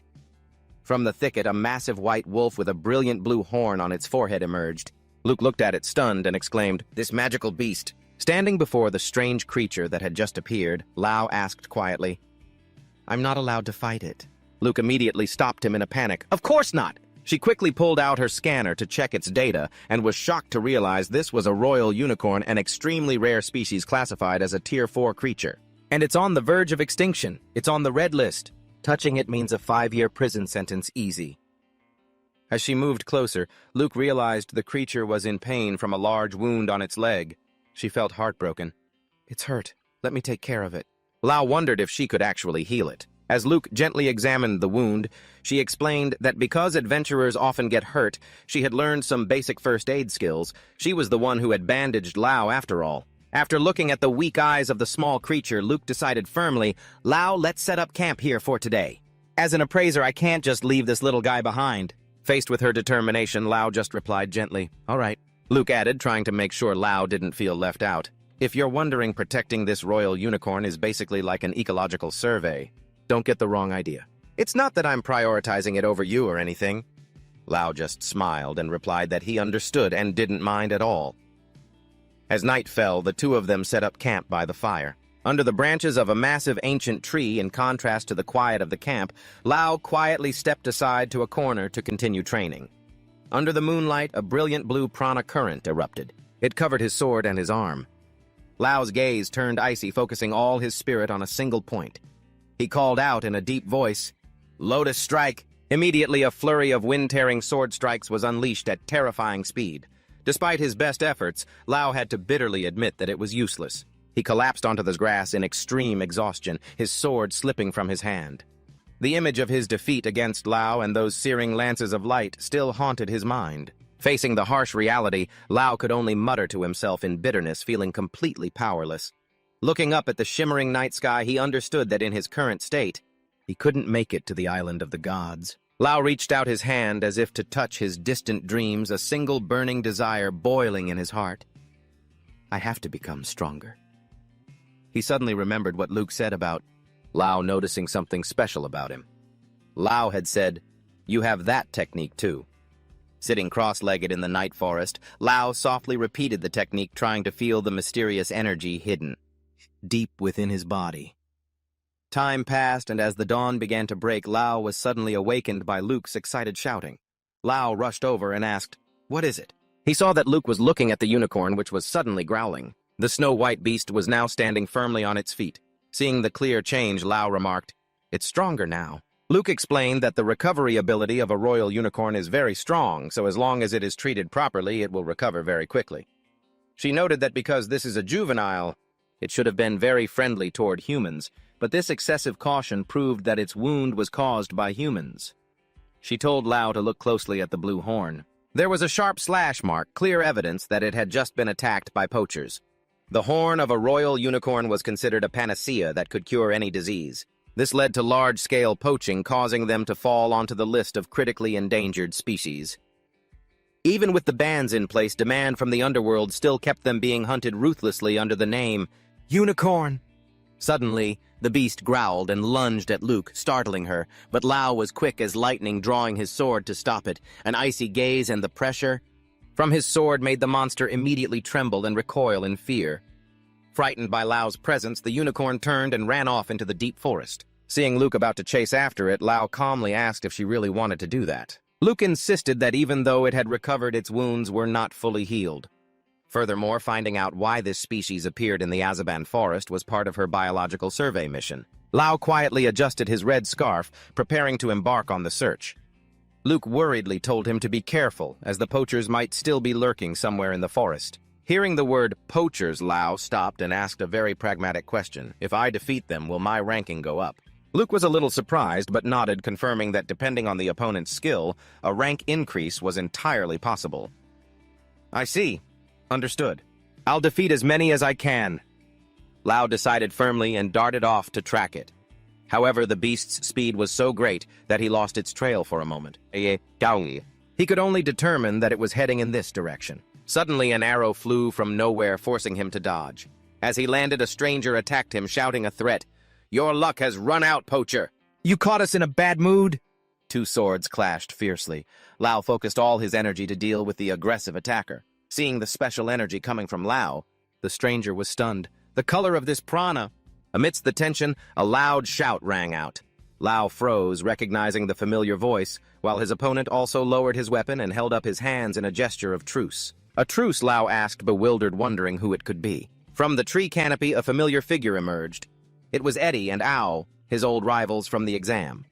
They were acquaintances, so they almost ended up fighting, Back to one day after the exam. The adventurer ranking registration was buzzing with activity. In the magnificent certification hall, the crowd was still hustling and bustling. Everyone was moving about with their own plans. Approaching the reception counter, the mercenary Ao spoke up clearly. "I want to accept a quest." The receptionist quickly acknowledged him and asked, "Yes, what rank of quest would you like to take?" "Adventurer rank," Ao replied in a low voice, but right at that moment. Hurried footsteps sounded, followed by an enthusiastic greeting. "Hey, it's me!" Eddie, the young archer, had just arrived and cut in. "I'm here to accept a quest." The two of them were shocked to run into each other, caught by surprise. Then they both stood silently by the hallway window in an extremely awkward atmosphere. After a long silence, they both spoke at the same time to break the quiet. "You, The tension began to escalate as neither wanted to back down. Ao snapped, "You go first." But Eddie wasn't about to give in, retorting, "You go first." Finally, Eddie sighed in frustration and cut straight to the point. "Have you looked into the swordsman who took us down yet?" Mentioning Lao Ao shook his head. "Yeah, but I couldn't find any information at all. It's hard to believe, but it's like he hasn't even had a rank until now." "Forget it, why are you still so obsessed with him?" Eddie hung his head. "Even though it's like this, I'm still called a prodigy in the archer rankings, you know?" He bitterly confessed that it was because of Lao that his pride had been deeply wounded. The feeling of being overwhelmingly defeated by a nobody who didn't even have a ranking. Beignet was truly too big of a shock. Ao just remained silent and deep in thought. A while later, when he returned to the guild hall, the members of his mercenary squad were already waiting and greeted him in unison. "Good work, Captain." As Ao stepped into the guild hall, the members swarmed him excitedly, asking, "How was the adventurer ranking registration?" He replied calmly, "I've registered." The whole mercenary guild cheered in excitement because from now on, their area of operation would expand. A girl in the group even joked, "If it's our captain, he must have made the other candidates suffer right." Facing the cheering Ao just replied gloomily, "Not really." The mercenaries carelessly laughed out loud, thinking that holding back his power was the hardest thing for someone with a triple-digit rank like him, and surely he couldn't have lost to a rookie. But their boss had lost to a rookie, which was the painful part. Suddenly, Ao slammed his hand hard onto the table, making everyone freeze. He quietly stood up to the astonishment of his subordinates. The more he thought about it, the more Ao gnashed his teeth in resentment, remembering the recent match. In his mind, the image of Lao appeared haunting him along with that brilliant blue prana. He bitterly realized, that guy didn't even look at me. Ao's eyes burned with indignation mixed with wounded pride, as if he only saw him as a stepping stone. He turned to order his team, "From tomorrow on, triple the training load." This sudden decision shocked everyone, and they cried out, "Triple Ao asserted." Once they had committed to the adventurer ranking, they would have to face unprecedentedly harsh missions. He clenched his fist, clearly declaring, "This world is much larger than we thought. I will also train seriously." Turning back to look at Eddie, Ao said in a low voice, "I am also hurt just like you." Although he didn't intend to focus too much on this ranking at first, Lao's appearance had completely changed his mind. Eddie was currently ranked 6,725 among adventurers, while Ao was ranked 6,301. Both were shocked to realize the vast gap. When Lao's ranking was processed, the person who had defeated them was sky-high at position 2,728. "A difference of about 4,000 ranks from us can be closed in the blink of an eye," Eddie confidently asserted. Looking at the ranking, Ao also nodded in agreement. "Looks like we're on the same page." Both decided to head to the notice board to receive new missions. Ao suggested a forest that had just been added to the dangerous area list, and Eddie immediately guessed it. He said, "You're talking about Azaban Forest, right? The more dangerous the place, the easier it is to climb the ranks." Right after that, both were present at the edge of the forest and unexpectedly encountered Lao. Standing across from his two old rivals, Lao's face remained expressionless. Suddenly, a huge sound rang out, shaking the entire forest, making Eddie and Ao jump in fright. Not wanting to waste time on explanations, Lao coldly declared, "Talk later." He decisively sheathed his sword. Then he dashed off like an arrow.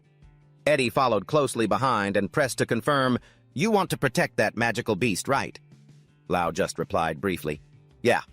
Watching Lao's incredible movement speed, Eddie secretly assessed he runs pretty fast. To help the rookie move more effectively, Eddie offered guidance. "When moving in the forest, you should take advantage of the rough terrain like this." Finishing his sentence, the young archer jumped powerfully, gliding through the canopy artfully. Lao immediately observed and followed suit. He stomped his feet to gain momentum. Then he launched forward with a blue prana aura surrounding him. But just as Lao landed, Eddie shouted a warning, "Lao, you're being attacked by a magical beast!" Lao was startled and surprised, as a giant creature with a distorted shape, sharp teeth, and glowing tentacles suddenly emerged from the ground. The deep purple monster looked repulsive, opening its wide, gaping mouth. It intended to swallow everything. Both Lao and Eddie immediately took a defensive stance. Facing the ferocious magical beast blocking his path, Lao quickly swung his sword, slashing off a tentacle that was lunging at him, but he realized he couldn't get any closer because of the opponent's massive size. If he only slashed from a distance, he feared he would be dragged in and swallowed whole. Suddenly noticing the royal one-horned beast stuck in the monster's tentacles, Lu shouted, asking if they could create an opening. "Aim for its eyes," Eddie urged, then shouted to Lu, "Keep running!" Eddie fired an arrow that struck the monster right in the eye, making it shriek in agony. Seizing the opening, Eddie commanded Lu to aim for its legs. Lu put all his strength into his legs, leaping high into the air with cold, determined eyes. As he prepared to strike the massive beast, Eddie screamed, "Get the royal one-horned beast out of there with you!" Lu quickly grabbed the little beast, held it tight, and bolted out of the danger zone. Then the final blow was left to Ao, who swung his sword and sliced through a massive ancient tree. And then, the heavy tree trunk crushed the monster's body. As the dust cleared, the ferocious beast was now nothing more than a lifeless husk lying deep in the forest. Lu stood firm on the ground, still clutching the rescued beast tightly in his arms. Witnessing that display of teamwork, Eddie couldn't help but praise them. "Not bad. Your commanding was pretty good." Al replied nonchalantly, "I'm just used to commanding my subordinates." That ticked Eddie off and he snapped, "Who's your subordinate, huh?" Eddie reminded them that even though Ao's swordsmanship was excellent, it wasn't enough to reach the top 10 on the adventurer rankings. He insisted that if he wanted to rank up, he had to learn more than just sword fighting. A moment later, Luke rushed over, panting heavily, and yelled, "Lu, I'm so sorry I'm late!" Seeing Lu standing with Eddie and Ao alongside the one-horned beast, she was stunned by this unexpected reunion. Turns out it was all a big misunderstanding. Lu had mistaken the two of them for poachers. But very quickly, the misunderstanding was completely cleared up. Even though things had settled, Luke still stood there with her arms crossed, looking stern at the mercenary Ao. Even if it was resolved quickly, Mission attacking out of nowhere like that is not okay. I should probably report this on your record. Seeing the look of terror on his face, she burst out laughing. "Just kidding. You did stop in time after all. But next time I really will report you." Ao just broke into a cold sweat and mumbled, understood. "I'll be more careful."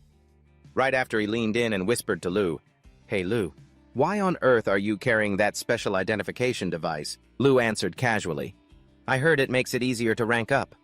While struggling to climb over a fallen tree, Ao said in a low warning voice, "Ranking up is easy, but you'll be under constant surveillance. There's no profession as rigid as those identifiers. Just the travel back and forth between villages takes all day." Seeing that Lu still seemed clueless, Eddie stepped in and poured cold water on the idea. "That's probably not going to happen. You're just being used for their convenience. Do you know why those identifiers want to be exclusive? Because that's the only way they can get promoted. Hey, don't go bad-mouthing each other's professions like that." Eddie continued to analyze the truth behind Luke's enthusiasm. Identifiers get promoted based on their performance in updating the rankings. In other words, someone like you who's climbing the ranks like crazy is their easiest target. The young archer didn't forget to warn Lu to be on guard, saying that girl was just using him as a stepping stone to get promoted. Lu went silent. The words "get promoted" echoed in his mind, along with the memory of Luke declaring, "I have something I absolutely must do." Looking at her back, Lu wondered to himself if getting promoted was really a mandatory goal that she had to achieve. After all, her genuine acts of care didn't look like someone who was just scheming. Meanwhile, Luke breathed a sigh of relief, seeing that the little beast's royal horn was still intact. Suddenly, the beast nuzzled up to her, causing her to scream in surprise.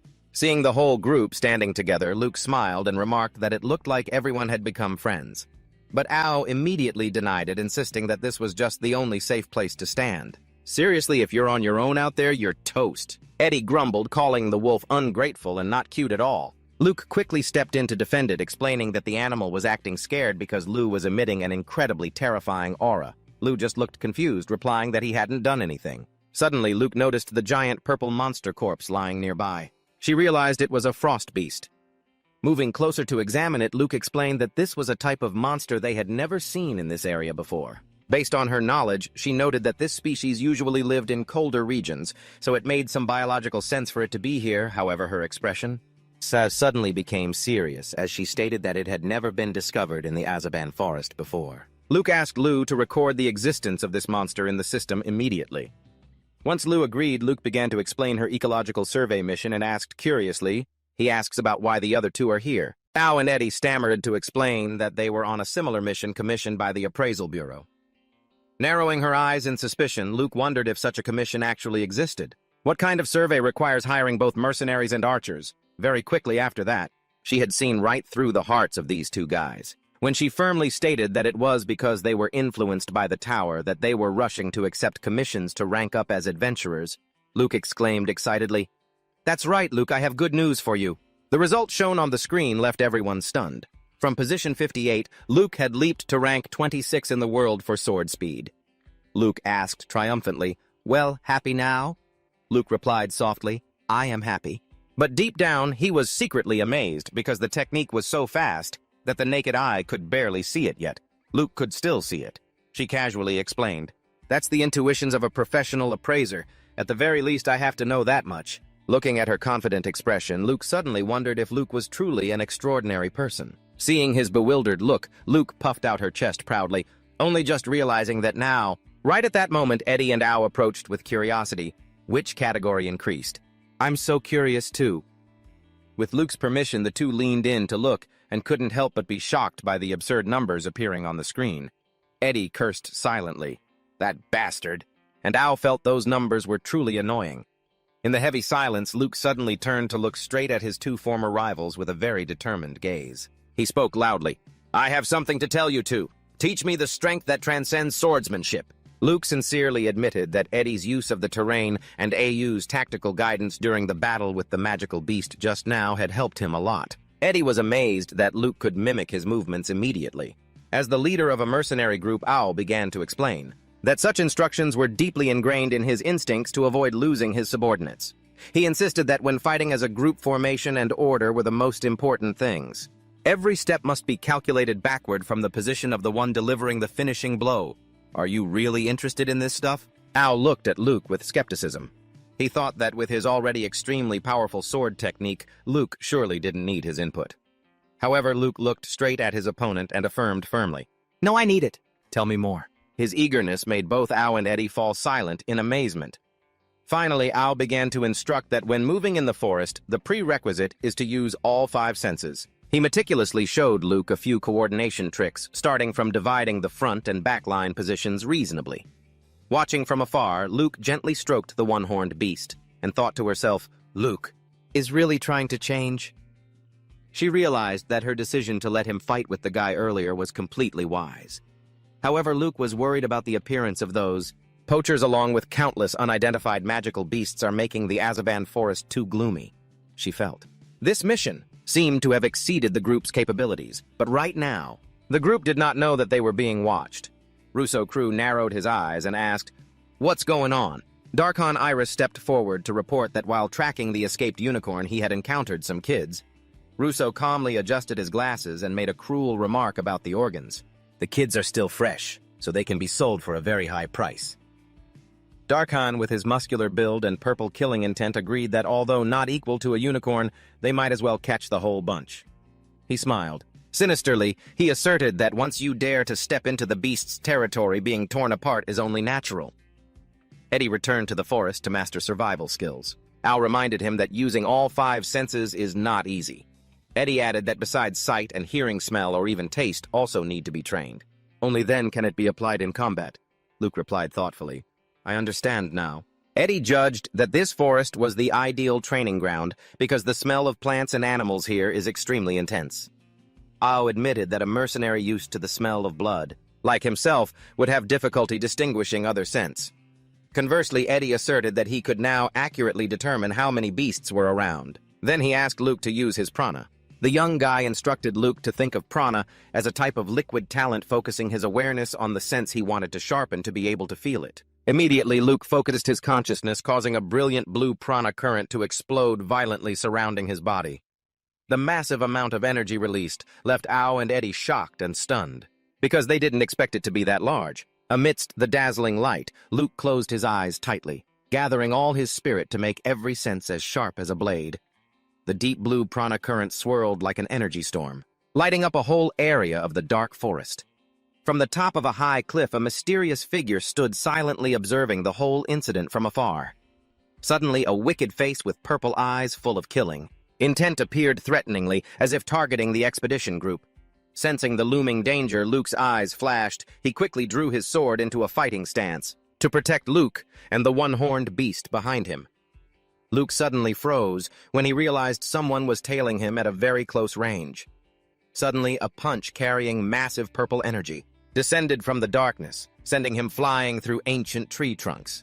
Witnessing the incident, Luke, along with Eddie and Ao, could only scream his name in horror amidst the ruined forest. From the smoke and dust, a man with braided hair and glowing purple eyes slowly stepped out, mocking that Luke's leaking prana was the disgusting thing that had led him there. Eddie and Ao immediately drew their weapons, staying alert, but Lou shouted in a rush, stopping them as she realized the opponent was none other than Duncan Iris.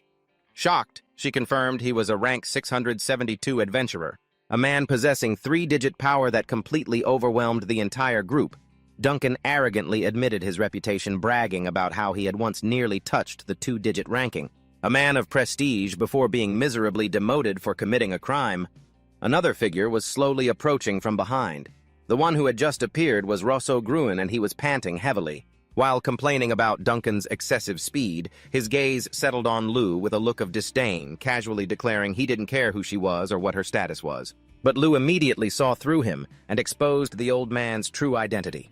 Rosso Gruen, the man ranked 76th on the black market registry. So much for being a big shot. He turned out to be just a smuggler. Rosso Gruen curled his lip in a sinister smile. He seemed quite amused by the young lady's extensive knowledge, chuckling, "Ho ho ho, quite knowledgeable, aren't you?" Even the criminal registry was something she knew about. He began to lecture them on the hierarchy of the criminal underworld, a system that reflected the severity of one's actions. From petty thieves to the lists of cold-blooded mass murderers, these unofficial rankings were created by users. They self-managed to operate the underworld outside the control of the Bureau. Sometimes high-quality lists were even bought by the Bureau themselves, if they weren't too unethical. Ignoring the old man's long-winded explanations, Duncan Iris kept his glowing purple eyes fixed with desire on the one-horned beast lurking behind a tree, a unicorn. "Oh, there it is. I've been looking for you for a while now." He approached with a crazed expression that made the beast tremble in fear. Without a second of hesitation, Lou immediately lunged out to block the path of the ferocious adventurer to protect the little creature. She shouted in fury, "Duncan, why are you running around with that man?" Duncan replied nonchalantly with a tone of pure pragmatism, obviously for the money. "Is selling your honor and dignity for money really worth it?" His answer left Lou shocked and disappointed. She demanded, filled with anger, "You're partnering with him just for money. With your skills, you could be earning money the right way." Duncan smiled cryptically, signaling her not to jump to conclusions because money wasn't his only goal. He revealed he was working with Rosso for 2 reasons: to sell goods to him and, more importantly, to buy goods from him. Lou asked, confused, and Duncan's face suddenly turned incredibly menacing. He leaned close to her ear and whispered a challenge. "You know about this, right? That registry appraisal stuff, if you truly desire it, it can be bought completely." The blatant insult to the system she cherished made Lou tremble with rage. She clenched her fists, her eyes glowing with hatred as she stared straight at the man in front of her. "How dare you insult the ranking system right in front of an appraiser?" Suddenly, a figure lunged to attack, startling Duncan Iris, who used his hand to block the blade. Standing behind him with his bow drawn, Eddie Maxman declared firmly, "Our mission is to patrol the Azaban forest. We cannot let a dangerous person like you walk around freely." Duncan looked toward the young archer with purple, murderous eyes. Witnessing the intervention of the young adventurers, Rosso Gruen clicked his tongue, annoyed. How troublesome. The old man coldly ordered his subordinates, "Take care of them just like always." Instantly, a brilliant purple flow of prana exploded with world-shaking power from Duncan's body. Ignoring everyone else, he darted forward like a ghost. Aiming straight at Ao, he roared, "Die!" Facing imminent danger, he was completely helpless in the moment. Death touched his eyes. A beam of blue light struck with unbelievable speed. Lou had appeared just in time, using her sword to block Duncan's attack right in front of Ao. Blocked from landing the finishing blow, Duncan Iris stared stunned at the person who had just appeared. He roared in astonishment, "Who the hell are you, huh?" With sharp, glowing blue Brenna eyes, Lou coldly retorted, "That's exactly what I should be asking you." The two energies, blue and purple, collided violently, creating a terrifying prana explosion. Enveloping both of them in the ruined forest, Lou stood firm in the eye of the storm, his brilliant blue prana surging powerfully to counter the suffocating pressure from Duncan Iris. Witnessing Lou still standing firm after the direct hit, Lou shouted from behind in relief. "Lou, are you safe?" He answered softly, "Yeah," but his eyes never left the opponent. Not for even a second. Rosso Gruen watched with a sinister smile, casually asking toward Lou, "Is this kid a poacher?" Seeing the royal one-horned beast, the old man triumphantly confirmed he had been searching for it for a long time. Lu gritted his teeth, thinking to himself that there was no doubt. It was definitely this old man and Duncan who were behind everything. Not giving the opponent time to scheme, Lu poured all his strength into his sword, shouting, "Wind strike!" A storm of deep blue energy exploded. The powerful attack forced Duncan Iris to recoil in horror. He screamed in surprise, "Wait, that kid is using Brenna!" Even after creating a shocking explosion, Lu remained calm, thinking, "Stubborn guy. My attack didn't hit." Amidst the thick clouds of dust, the stern voice of his master Aiden suddenly echoed in his mind. Memories of those days of grueling training on the sheer cliffs came back. Back then, Aiden had warned him to be careful when encountering someone who knew how to use Brenna. He explained that Lu was a special case because normally only when one reaches a master level in a field, just like swordsmanship, weapon arts, or any other discipline, it is only through deep, dedicated study that a person can truly awaken their hidden potential. That is called prana. Aiden insists that anyone who has grasped prana possesses power that far exceeds that of a normal person.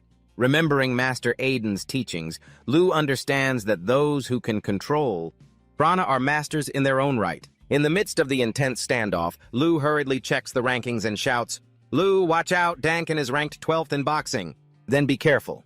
If he hits you, you'll be sent to the afterlife before you know it." The number 12 leaves Lu stunned. As he continues to read the opponent's staggering list of achievements, he finds out he is also ranked 4th in beast taming, 19th in grip strength, and 7th in weightlifting. Her face contorts in fear as she realizes the massive power gap. She screams in desperation, "His strength is on a world-class level. Don't go near him." Duncan Iris looks extremely annoyed at having his information dug up. He grumbles, spouting off other people's information like that. "It's so annoying when there's someone recording things on the sidelines. Looks like I'll crush you first." But to Lu's shock, Duncan lifts a massive tree trunk with one hand. Then he throws it straight at the two of them with a bloodthirsty roar, "Die!" The giant trunk tears through the air as if to crush everything in its path.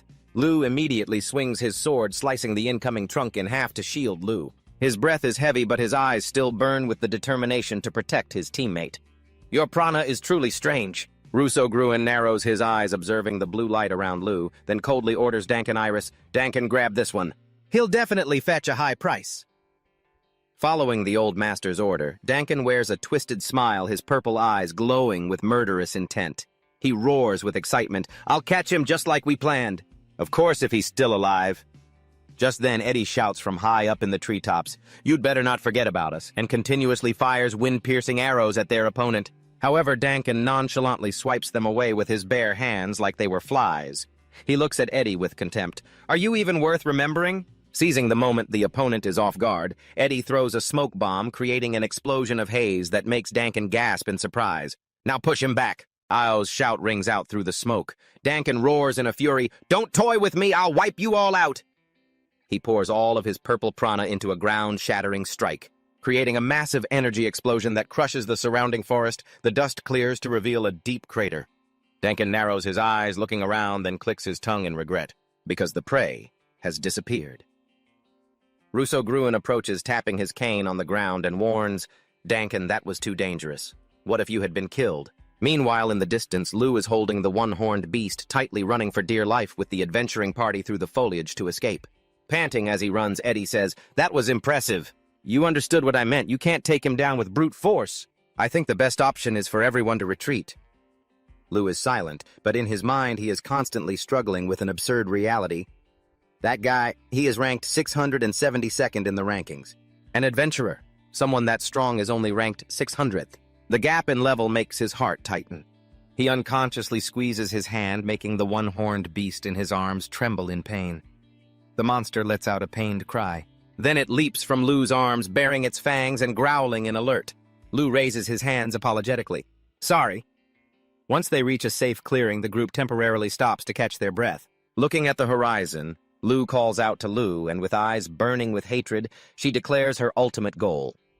"It seems there is still one more thing to do." "Russo Gruen, that guy's a tough nut to crack." "Because he's as slippery as an eel."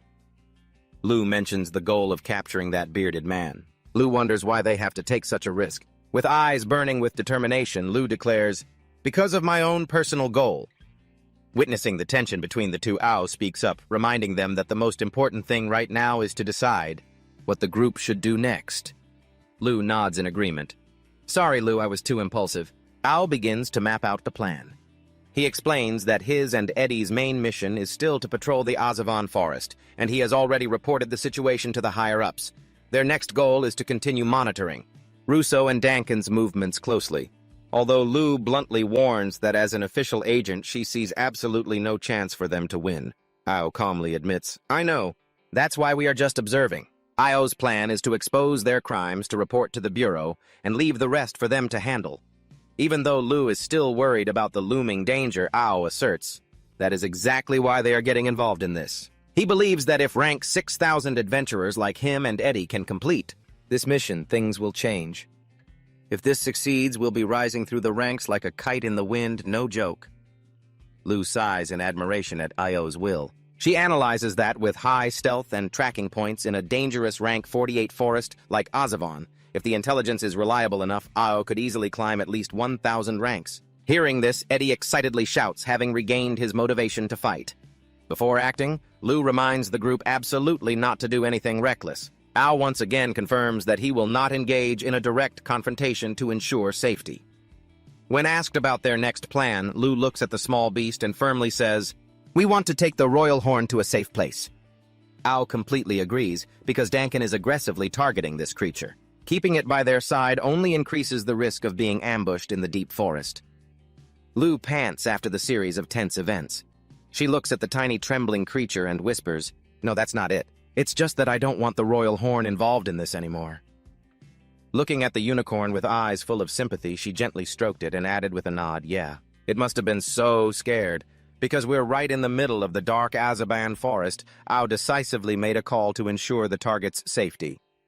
In that case, let's split up for now. He pointed toward a towering ancient tree in the distance as a signal. Once you get the royal horn to safety, meet me under that tall tree. Either I or Eddie will be there every night, he said. Lao wondered about the purpose of this plan. Ao lowered his voice to explain, just in case something goes wrong. Who knows, we might need each other before we officially regroup. Eddie didn't forget to remind Lao before they parted, Let me show you how to move through this forest. Seeing the two of them still lingering, Ao impatiently urged, Hey, if we hesitate, Duncan might get away.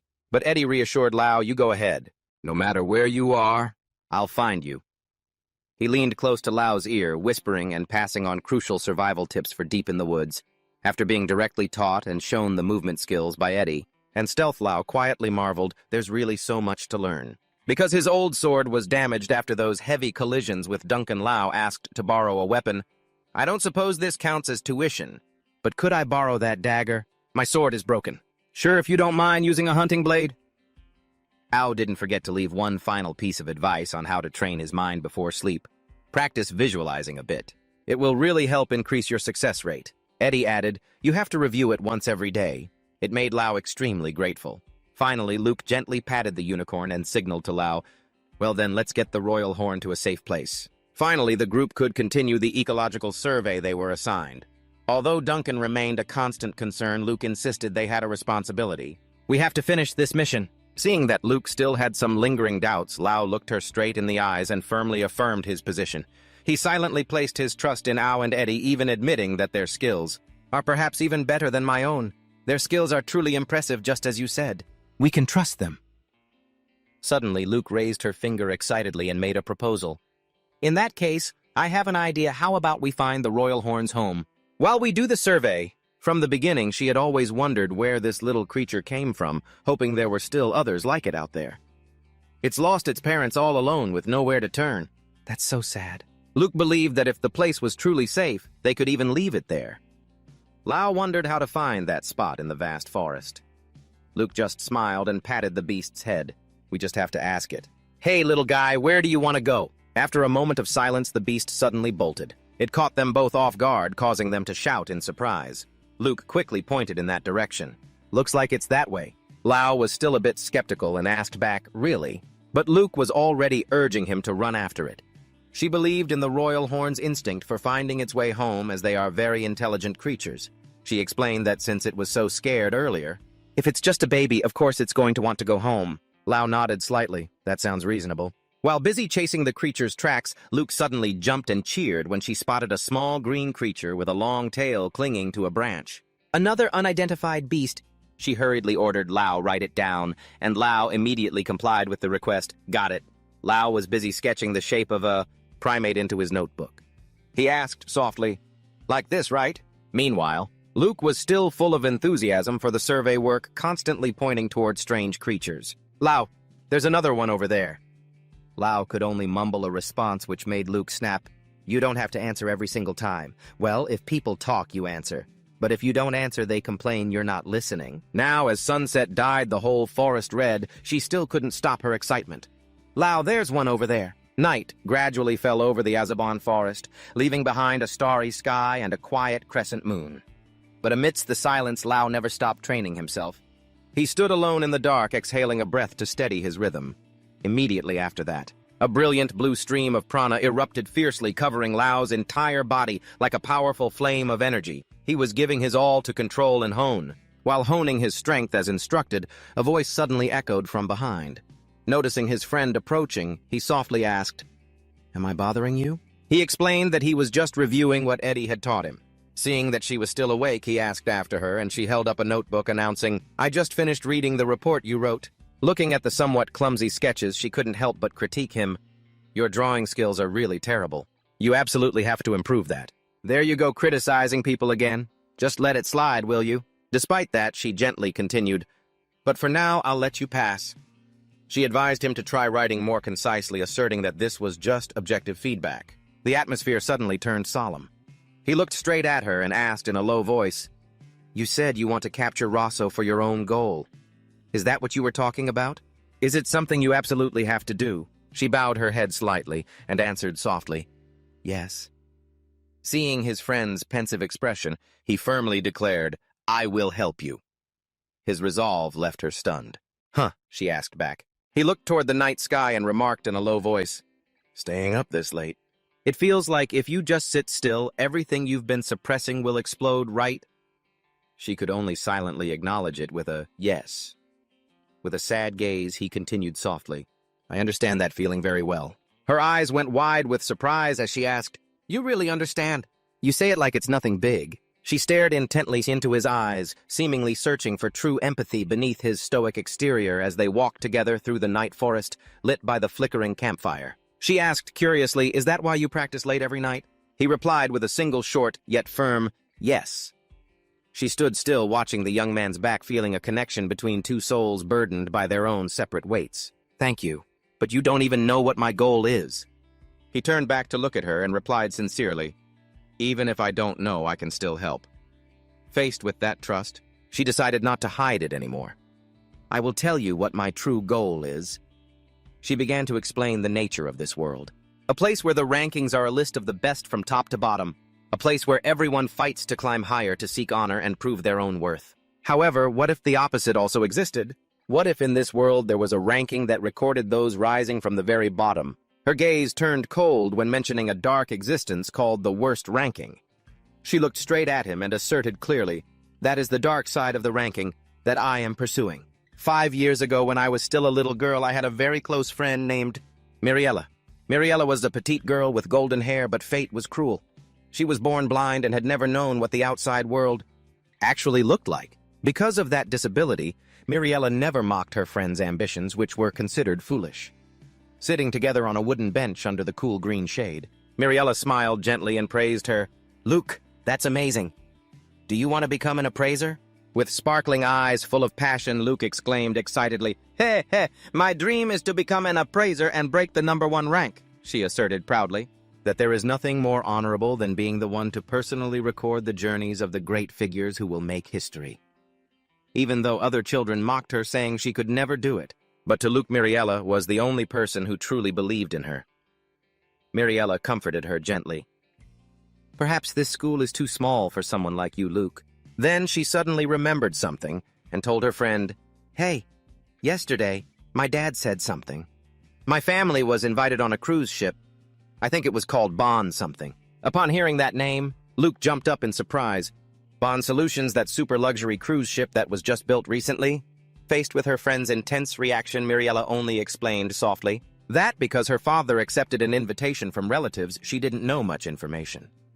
Miriella lowered her head and spoke in a low voice, making a suggestion that left Luke stunned. "So if you don't mind, I was going to ask, do you want my ticket?" Seeing her friend couldn't believe her ears, Miriella sighed sadly. "Because after all, I can't see anything anyway." Before her friend could finish, Luke shouted in protest, "No!" She firmly refused that luxurious ticket, to Miriella's amazement. "Giving away a VIP ticket like that?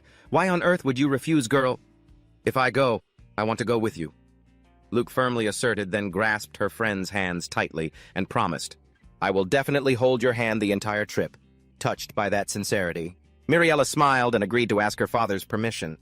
In the end, Miriella's mother gave up the precious ticket so Luke could board the Bond Solutions cruise ship. It was magnificent. To a young girl always shunned by friends because of her big dreams, Miriella was the one and only most important friend Luke ever had. Conversely, Miriella's family also deeply cherished this friendship. Yet just 2 days later, a horrific tragedy struck unexpectedly when the glass shattered into pieces due to an engine failure and the giant ship ran aground, beginning to sink into the deep sea at a dizzying speed. The atmosphere in the control room grew extremely tense as more than half of the lifeboats were damaged in the collision, leaving very few boats remaining. It would take them 3 trips to evacuate all the passengers, and faced with such a life-threatening situation, the captain ordered everyone to assemble on the deck, and coldly declared that he himself would be the one to decide who had the right to board the lifeboats. This scenario sounds all too familiar, doesn't it, everyone? In this dire situation, hanging by a thread, the captain looked at the file on the table and whispered to himself that there was no other choice but to use it. He stepped out before the panicked crowd on the deck under a blood-red sky, saying, "The passenger list for the first boat will be announced now. If your name is called, please board the lifeboat immediately." Amidst the pushing crowd, Luke tightly gripped the hand of his blind friend, reassuring her, "It's okay, Miriella, I'm here with you." The loudspeaker began to blare the names of those chosen: Jack Brownlayer, Amit Luke Amiria, and following that, Lucas Nixon and Oliver Crow. As the announcement ended, that was the entire passenger list for the first lifeboat. Luke stood there, stunned and frozen in place. "Huh," she stammered, asking in disbelief, "Why is it only me?" At that very moment, Miriella quietly let go of Luke's hand. Luke shouted in desperation, "Miriella!" But the little friend just smiled back. "I'm fine, just go first. There's no time to argue. If we don't cooperate, no one will survive." Miriella placed her hand on her chest, entrusting her final belief. "I believe you will become a certified examiner, Luke. So I hope you will believe in me too." Everything happened so fast. The small lifeboats gradually moved away from the sinking ship amidst the fiery sunset. As soon as they brought the first group of passengers to shore, the boats immediately returned to the ship to continue the rescue. When the second round of rescue boats returned to land, Miriella was still not on them. And by the time the third rescue trip was about to depart, it was too late. A horrific explosion suddenly occurred, turning the ship into a giant torch, burning brightly beneath the sunset. Witnessing that scene, Luke collapsed onto the sand in absolute shock. "No way!" Nearby, 2 crew members spoke to each other nonchalantly and with relief. "Thank goodness we didn't get on that ship. Yeah, because we've been working hard." They whispered a cruel truth: the ones with the worst rankings were pushed down. Hearing that, Luke stood up abruptly, his face darkening with rage, and snapped back. "What does that mean? What is this worst ranking?" The 2 men jumped in terror. "Huh, kid, you heard that?" With cold, threatening eyes, she stared at their reactions. "This isn't something everyone should know, is it?" "Explain it." "If you don't talk, I'll make sure the worst ranking becomes known all across this coast." Faced with the little girl's threat, one man clicked his tongue and compromised. "All right, I'll tell you, but don't you dare tell the captain." He began to reveal the dark existence known as the worst ranking. Back in reality, by the campfire, Luke spoke in a low voice to Lou, explaining that it was a ranking of people in order, from the lowest capability upwards regarding social, economic, physical, and mental aspects. It ranked those who were considered incompetent in all those fields. So with just a glance, one could immediately recognize it. It was used to decide who would be discarded if things went south. Luke revealed that those who hold the lives of others, like captains of luxury yachts, hospital directors, or politicians, frequently use this list. They use it to decide whose lives are prioritized in life or death situations. Luke looked into the fire. "My goal is to erase this wretched ranking from this world. I will never forgive the system that killed Miriella, a ranking that pushes people into despair, leaving them no place in this world." Lou listened in silence, then asked in a low voice, "I understand what the worst ranking is now. But what does it have to do with Rosso?" Luke explained that she wanted to use one criminal to take down another criminal. She said the worst ranking was an unofficial list, just like how Rosso was on the list of unregistered criminals. If we catch Rosso and use him to demand answers about these unofficial rankings, we might get closer to the person behind the worst ranking list. That is exactly why I want to take down Duncan at any cost. Lou curiously asked about the mastermind, but Luke admitted she didn't have any specific clues yet. However, she concluded that this was definitely a massive organization because it had even entangled politicians and the wealthy class. She even speculated that an underground version of the Certification Institute might exist. The two fell into silence in the quiet night forest. Looking at the small girl, Lou comforted her gently. It must have been very hard for you. You've carried all of this on your own. It must hurt a lot, and yet you never stopped. You're extraordinary. Luke, the pain I feel, it doesn't compare to yours. You lost your whole village. Hearing those words, Luke bit her lip to stop a sob.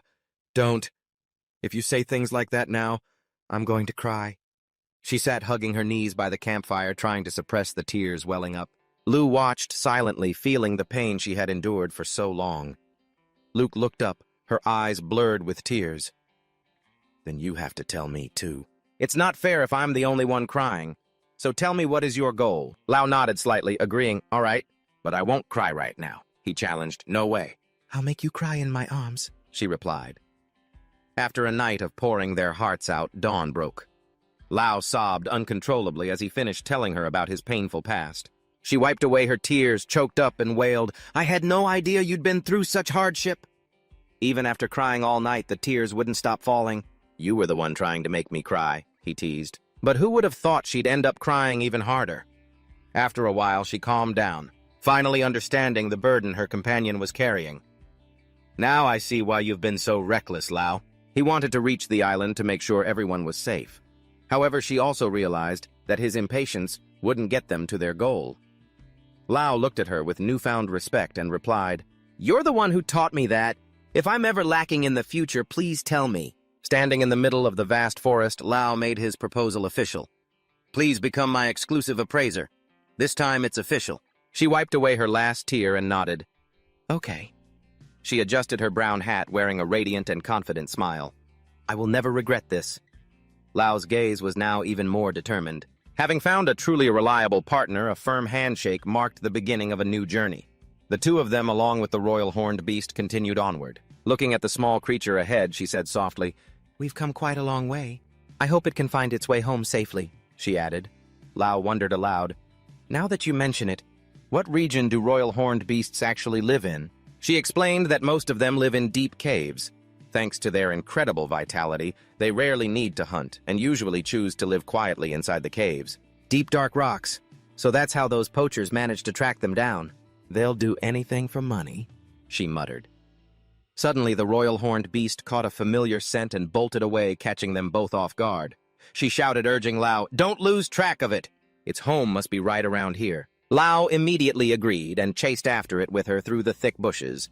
After running through the forest, the beast suddenly stopped in front of a giant object blocking the path. Standing before a gray cracked orb, Lau asked in confusion, Is this a giant rock? No, she realized, shocked by something unusual.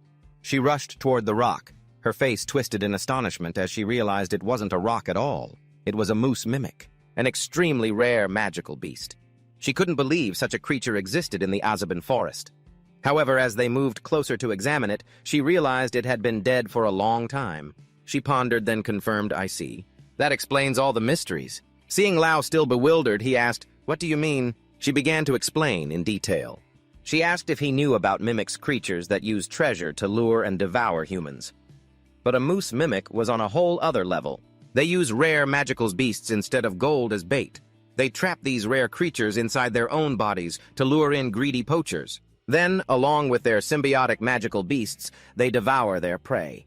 Because of their habit of traveling everywhere to collect different types of magical beasts, they are known as mobile museums. Lau suddenly remembered and asked, Does that mean the royal horned beast was inside this thing too? She nodded, explaining that usually when hunting, a moose mimic would release all the magical beasts inside at once to attack the poachers.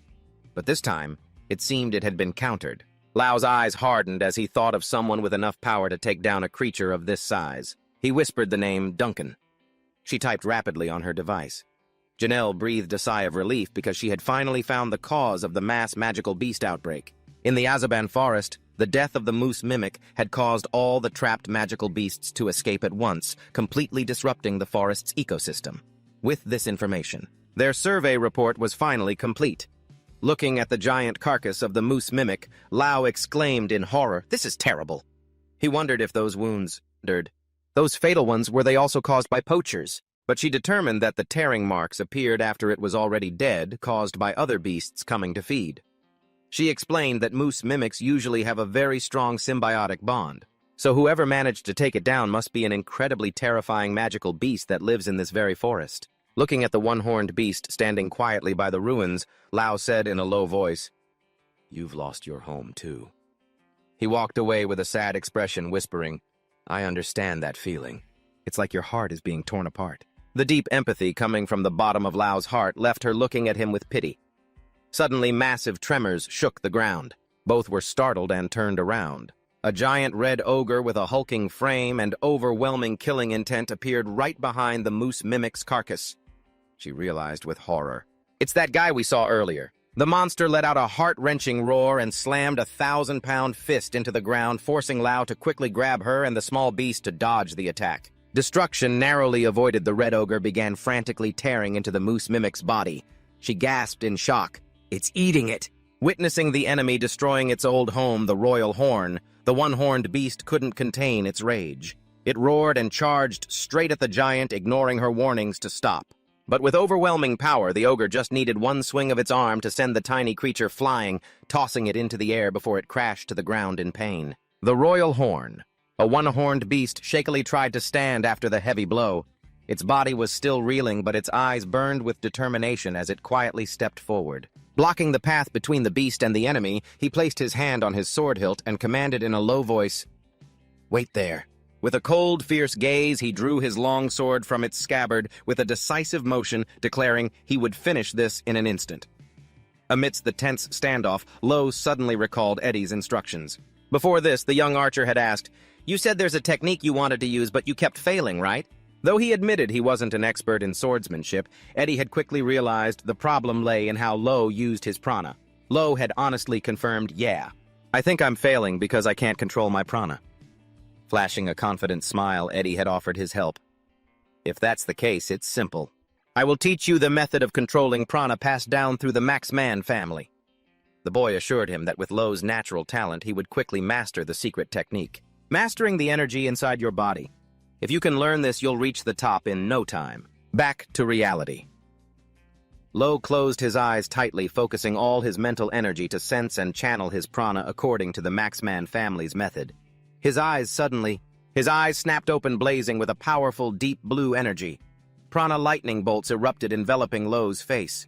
In his memory, Eddie explained that after understanding how to reinforce his 5 senses, the next step was to use those very senses to look inside himself. Lo whispered deep in thought, "Look inside yourself." Eddie continued to explain, "It's like standing high above and looking down at yourself right from the top of your head." The boy affirmed that if Lo tried it, he would see something incredibly interesting, especially for someone with as much prana as Lo. The effect would be clearer than ever, returning to reality. Lo squeezed his eyes shut. Focusing his heightened senses to the maximum, he began to look deep within himself in the spiritual realm. Blazing with deep blue energy, he was shocked to realize, "This is me."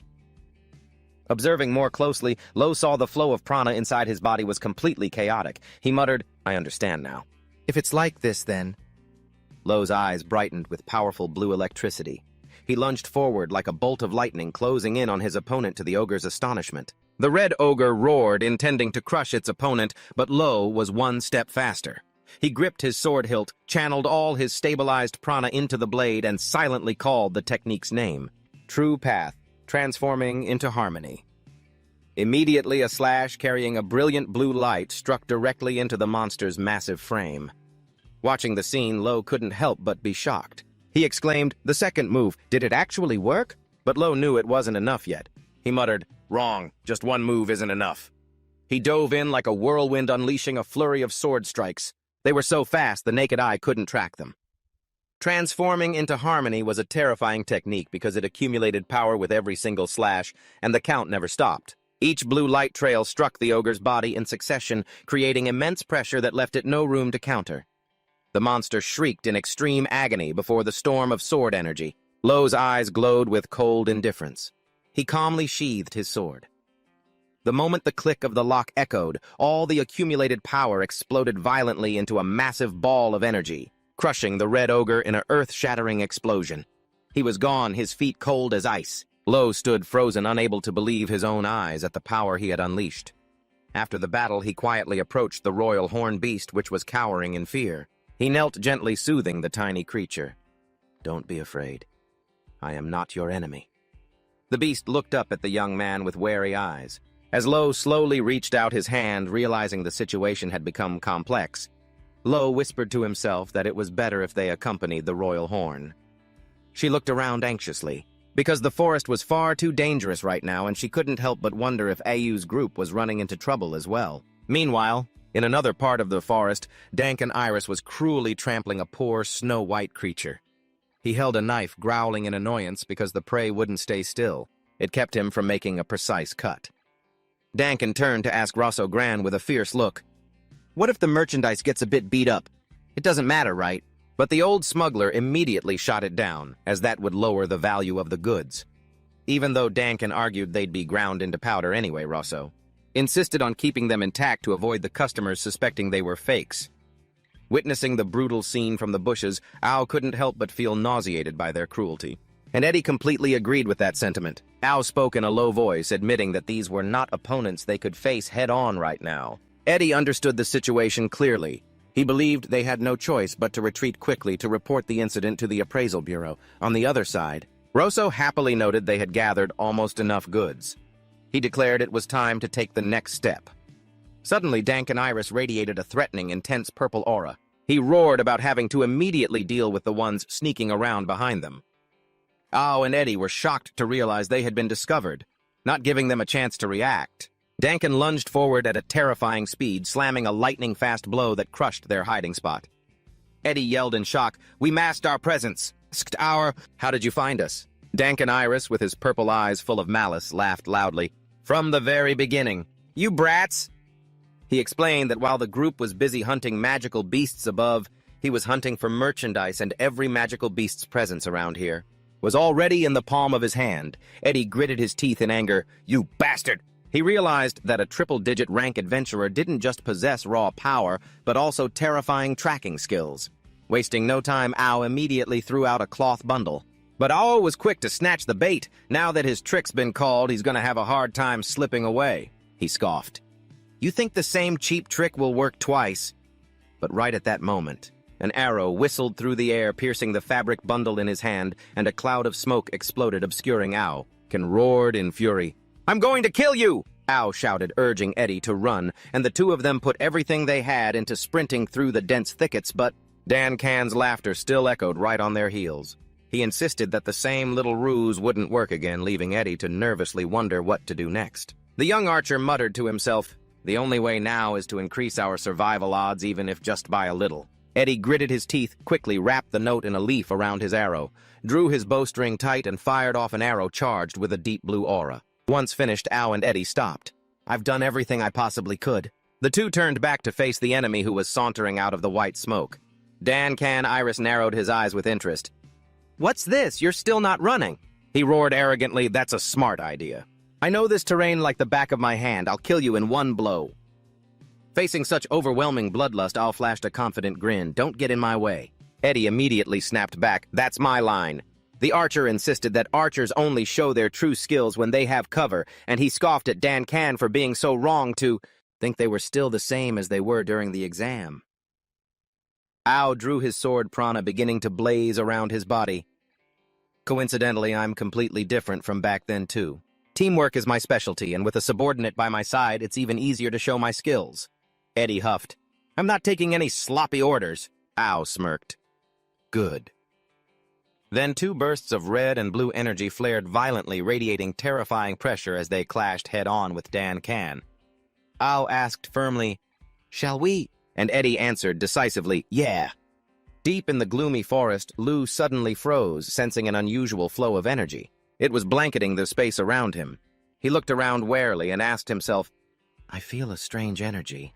Is it just an illusion? Walking closer, Lu started discussing the next plan about what to do with the king's horn from now on. At this point, I think the best thing to do is protect this child. Take it to the appraisal bureau. It's not my first time protecting a magic beast. Leave it to me. However, Lu looked deeply worried. He gazed into the distance and said in a low voice, That guy won't just sit still. If we want to leave the forest with the king's horn, we have no choice but to defeat. Oh, Dan can. Faced with his comrade's resolve, Lu softly replied, I think so too. Standing among the ancient trees, Lu began analyzing the situation. There are exactly two options appearing in my mind. First, wait for Ao to report to the appraisal bureau and wait for reinforcements. He understood that if high-level experts like Lu were nearby, reinforcements would arrive very quickly. Otherwise, it would take a lot of time to gather forces. Thinking of the enemy's terrifying face, Lu silently concluded, But our opponent is Dan Can. Dan Can controls his aura even better than I do. I'm not confident I can keep running from his senses forever. Lu looked him straight in the eye. Lu raised a finger and declared, The other way is very simple.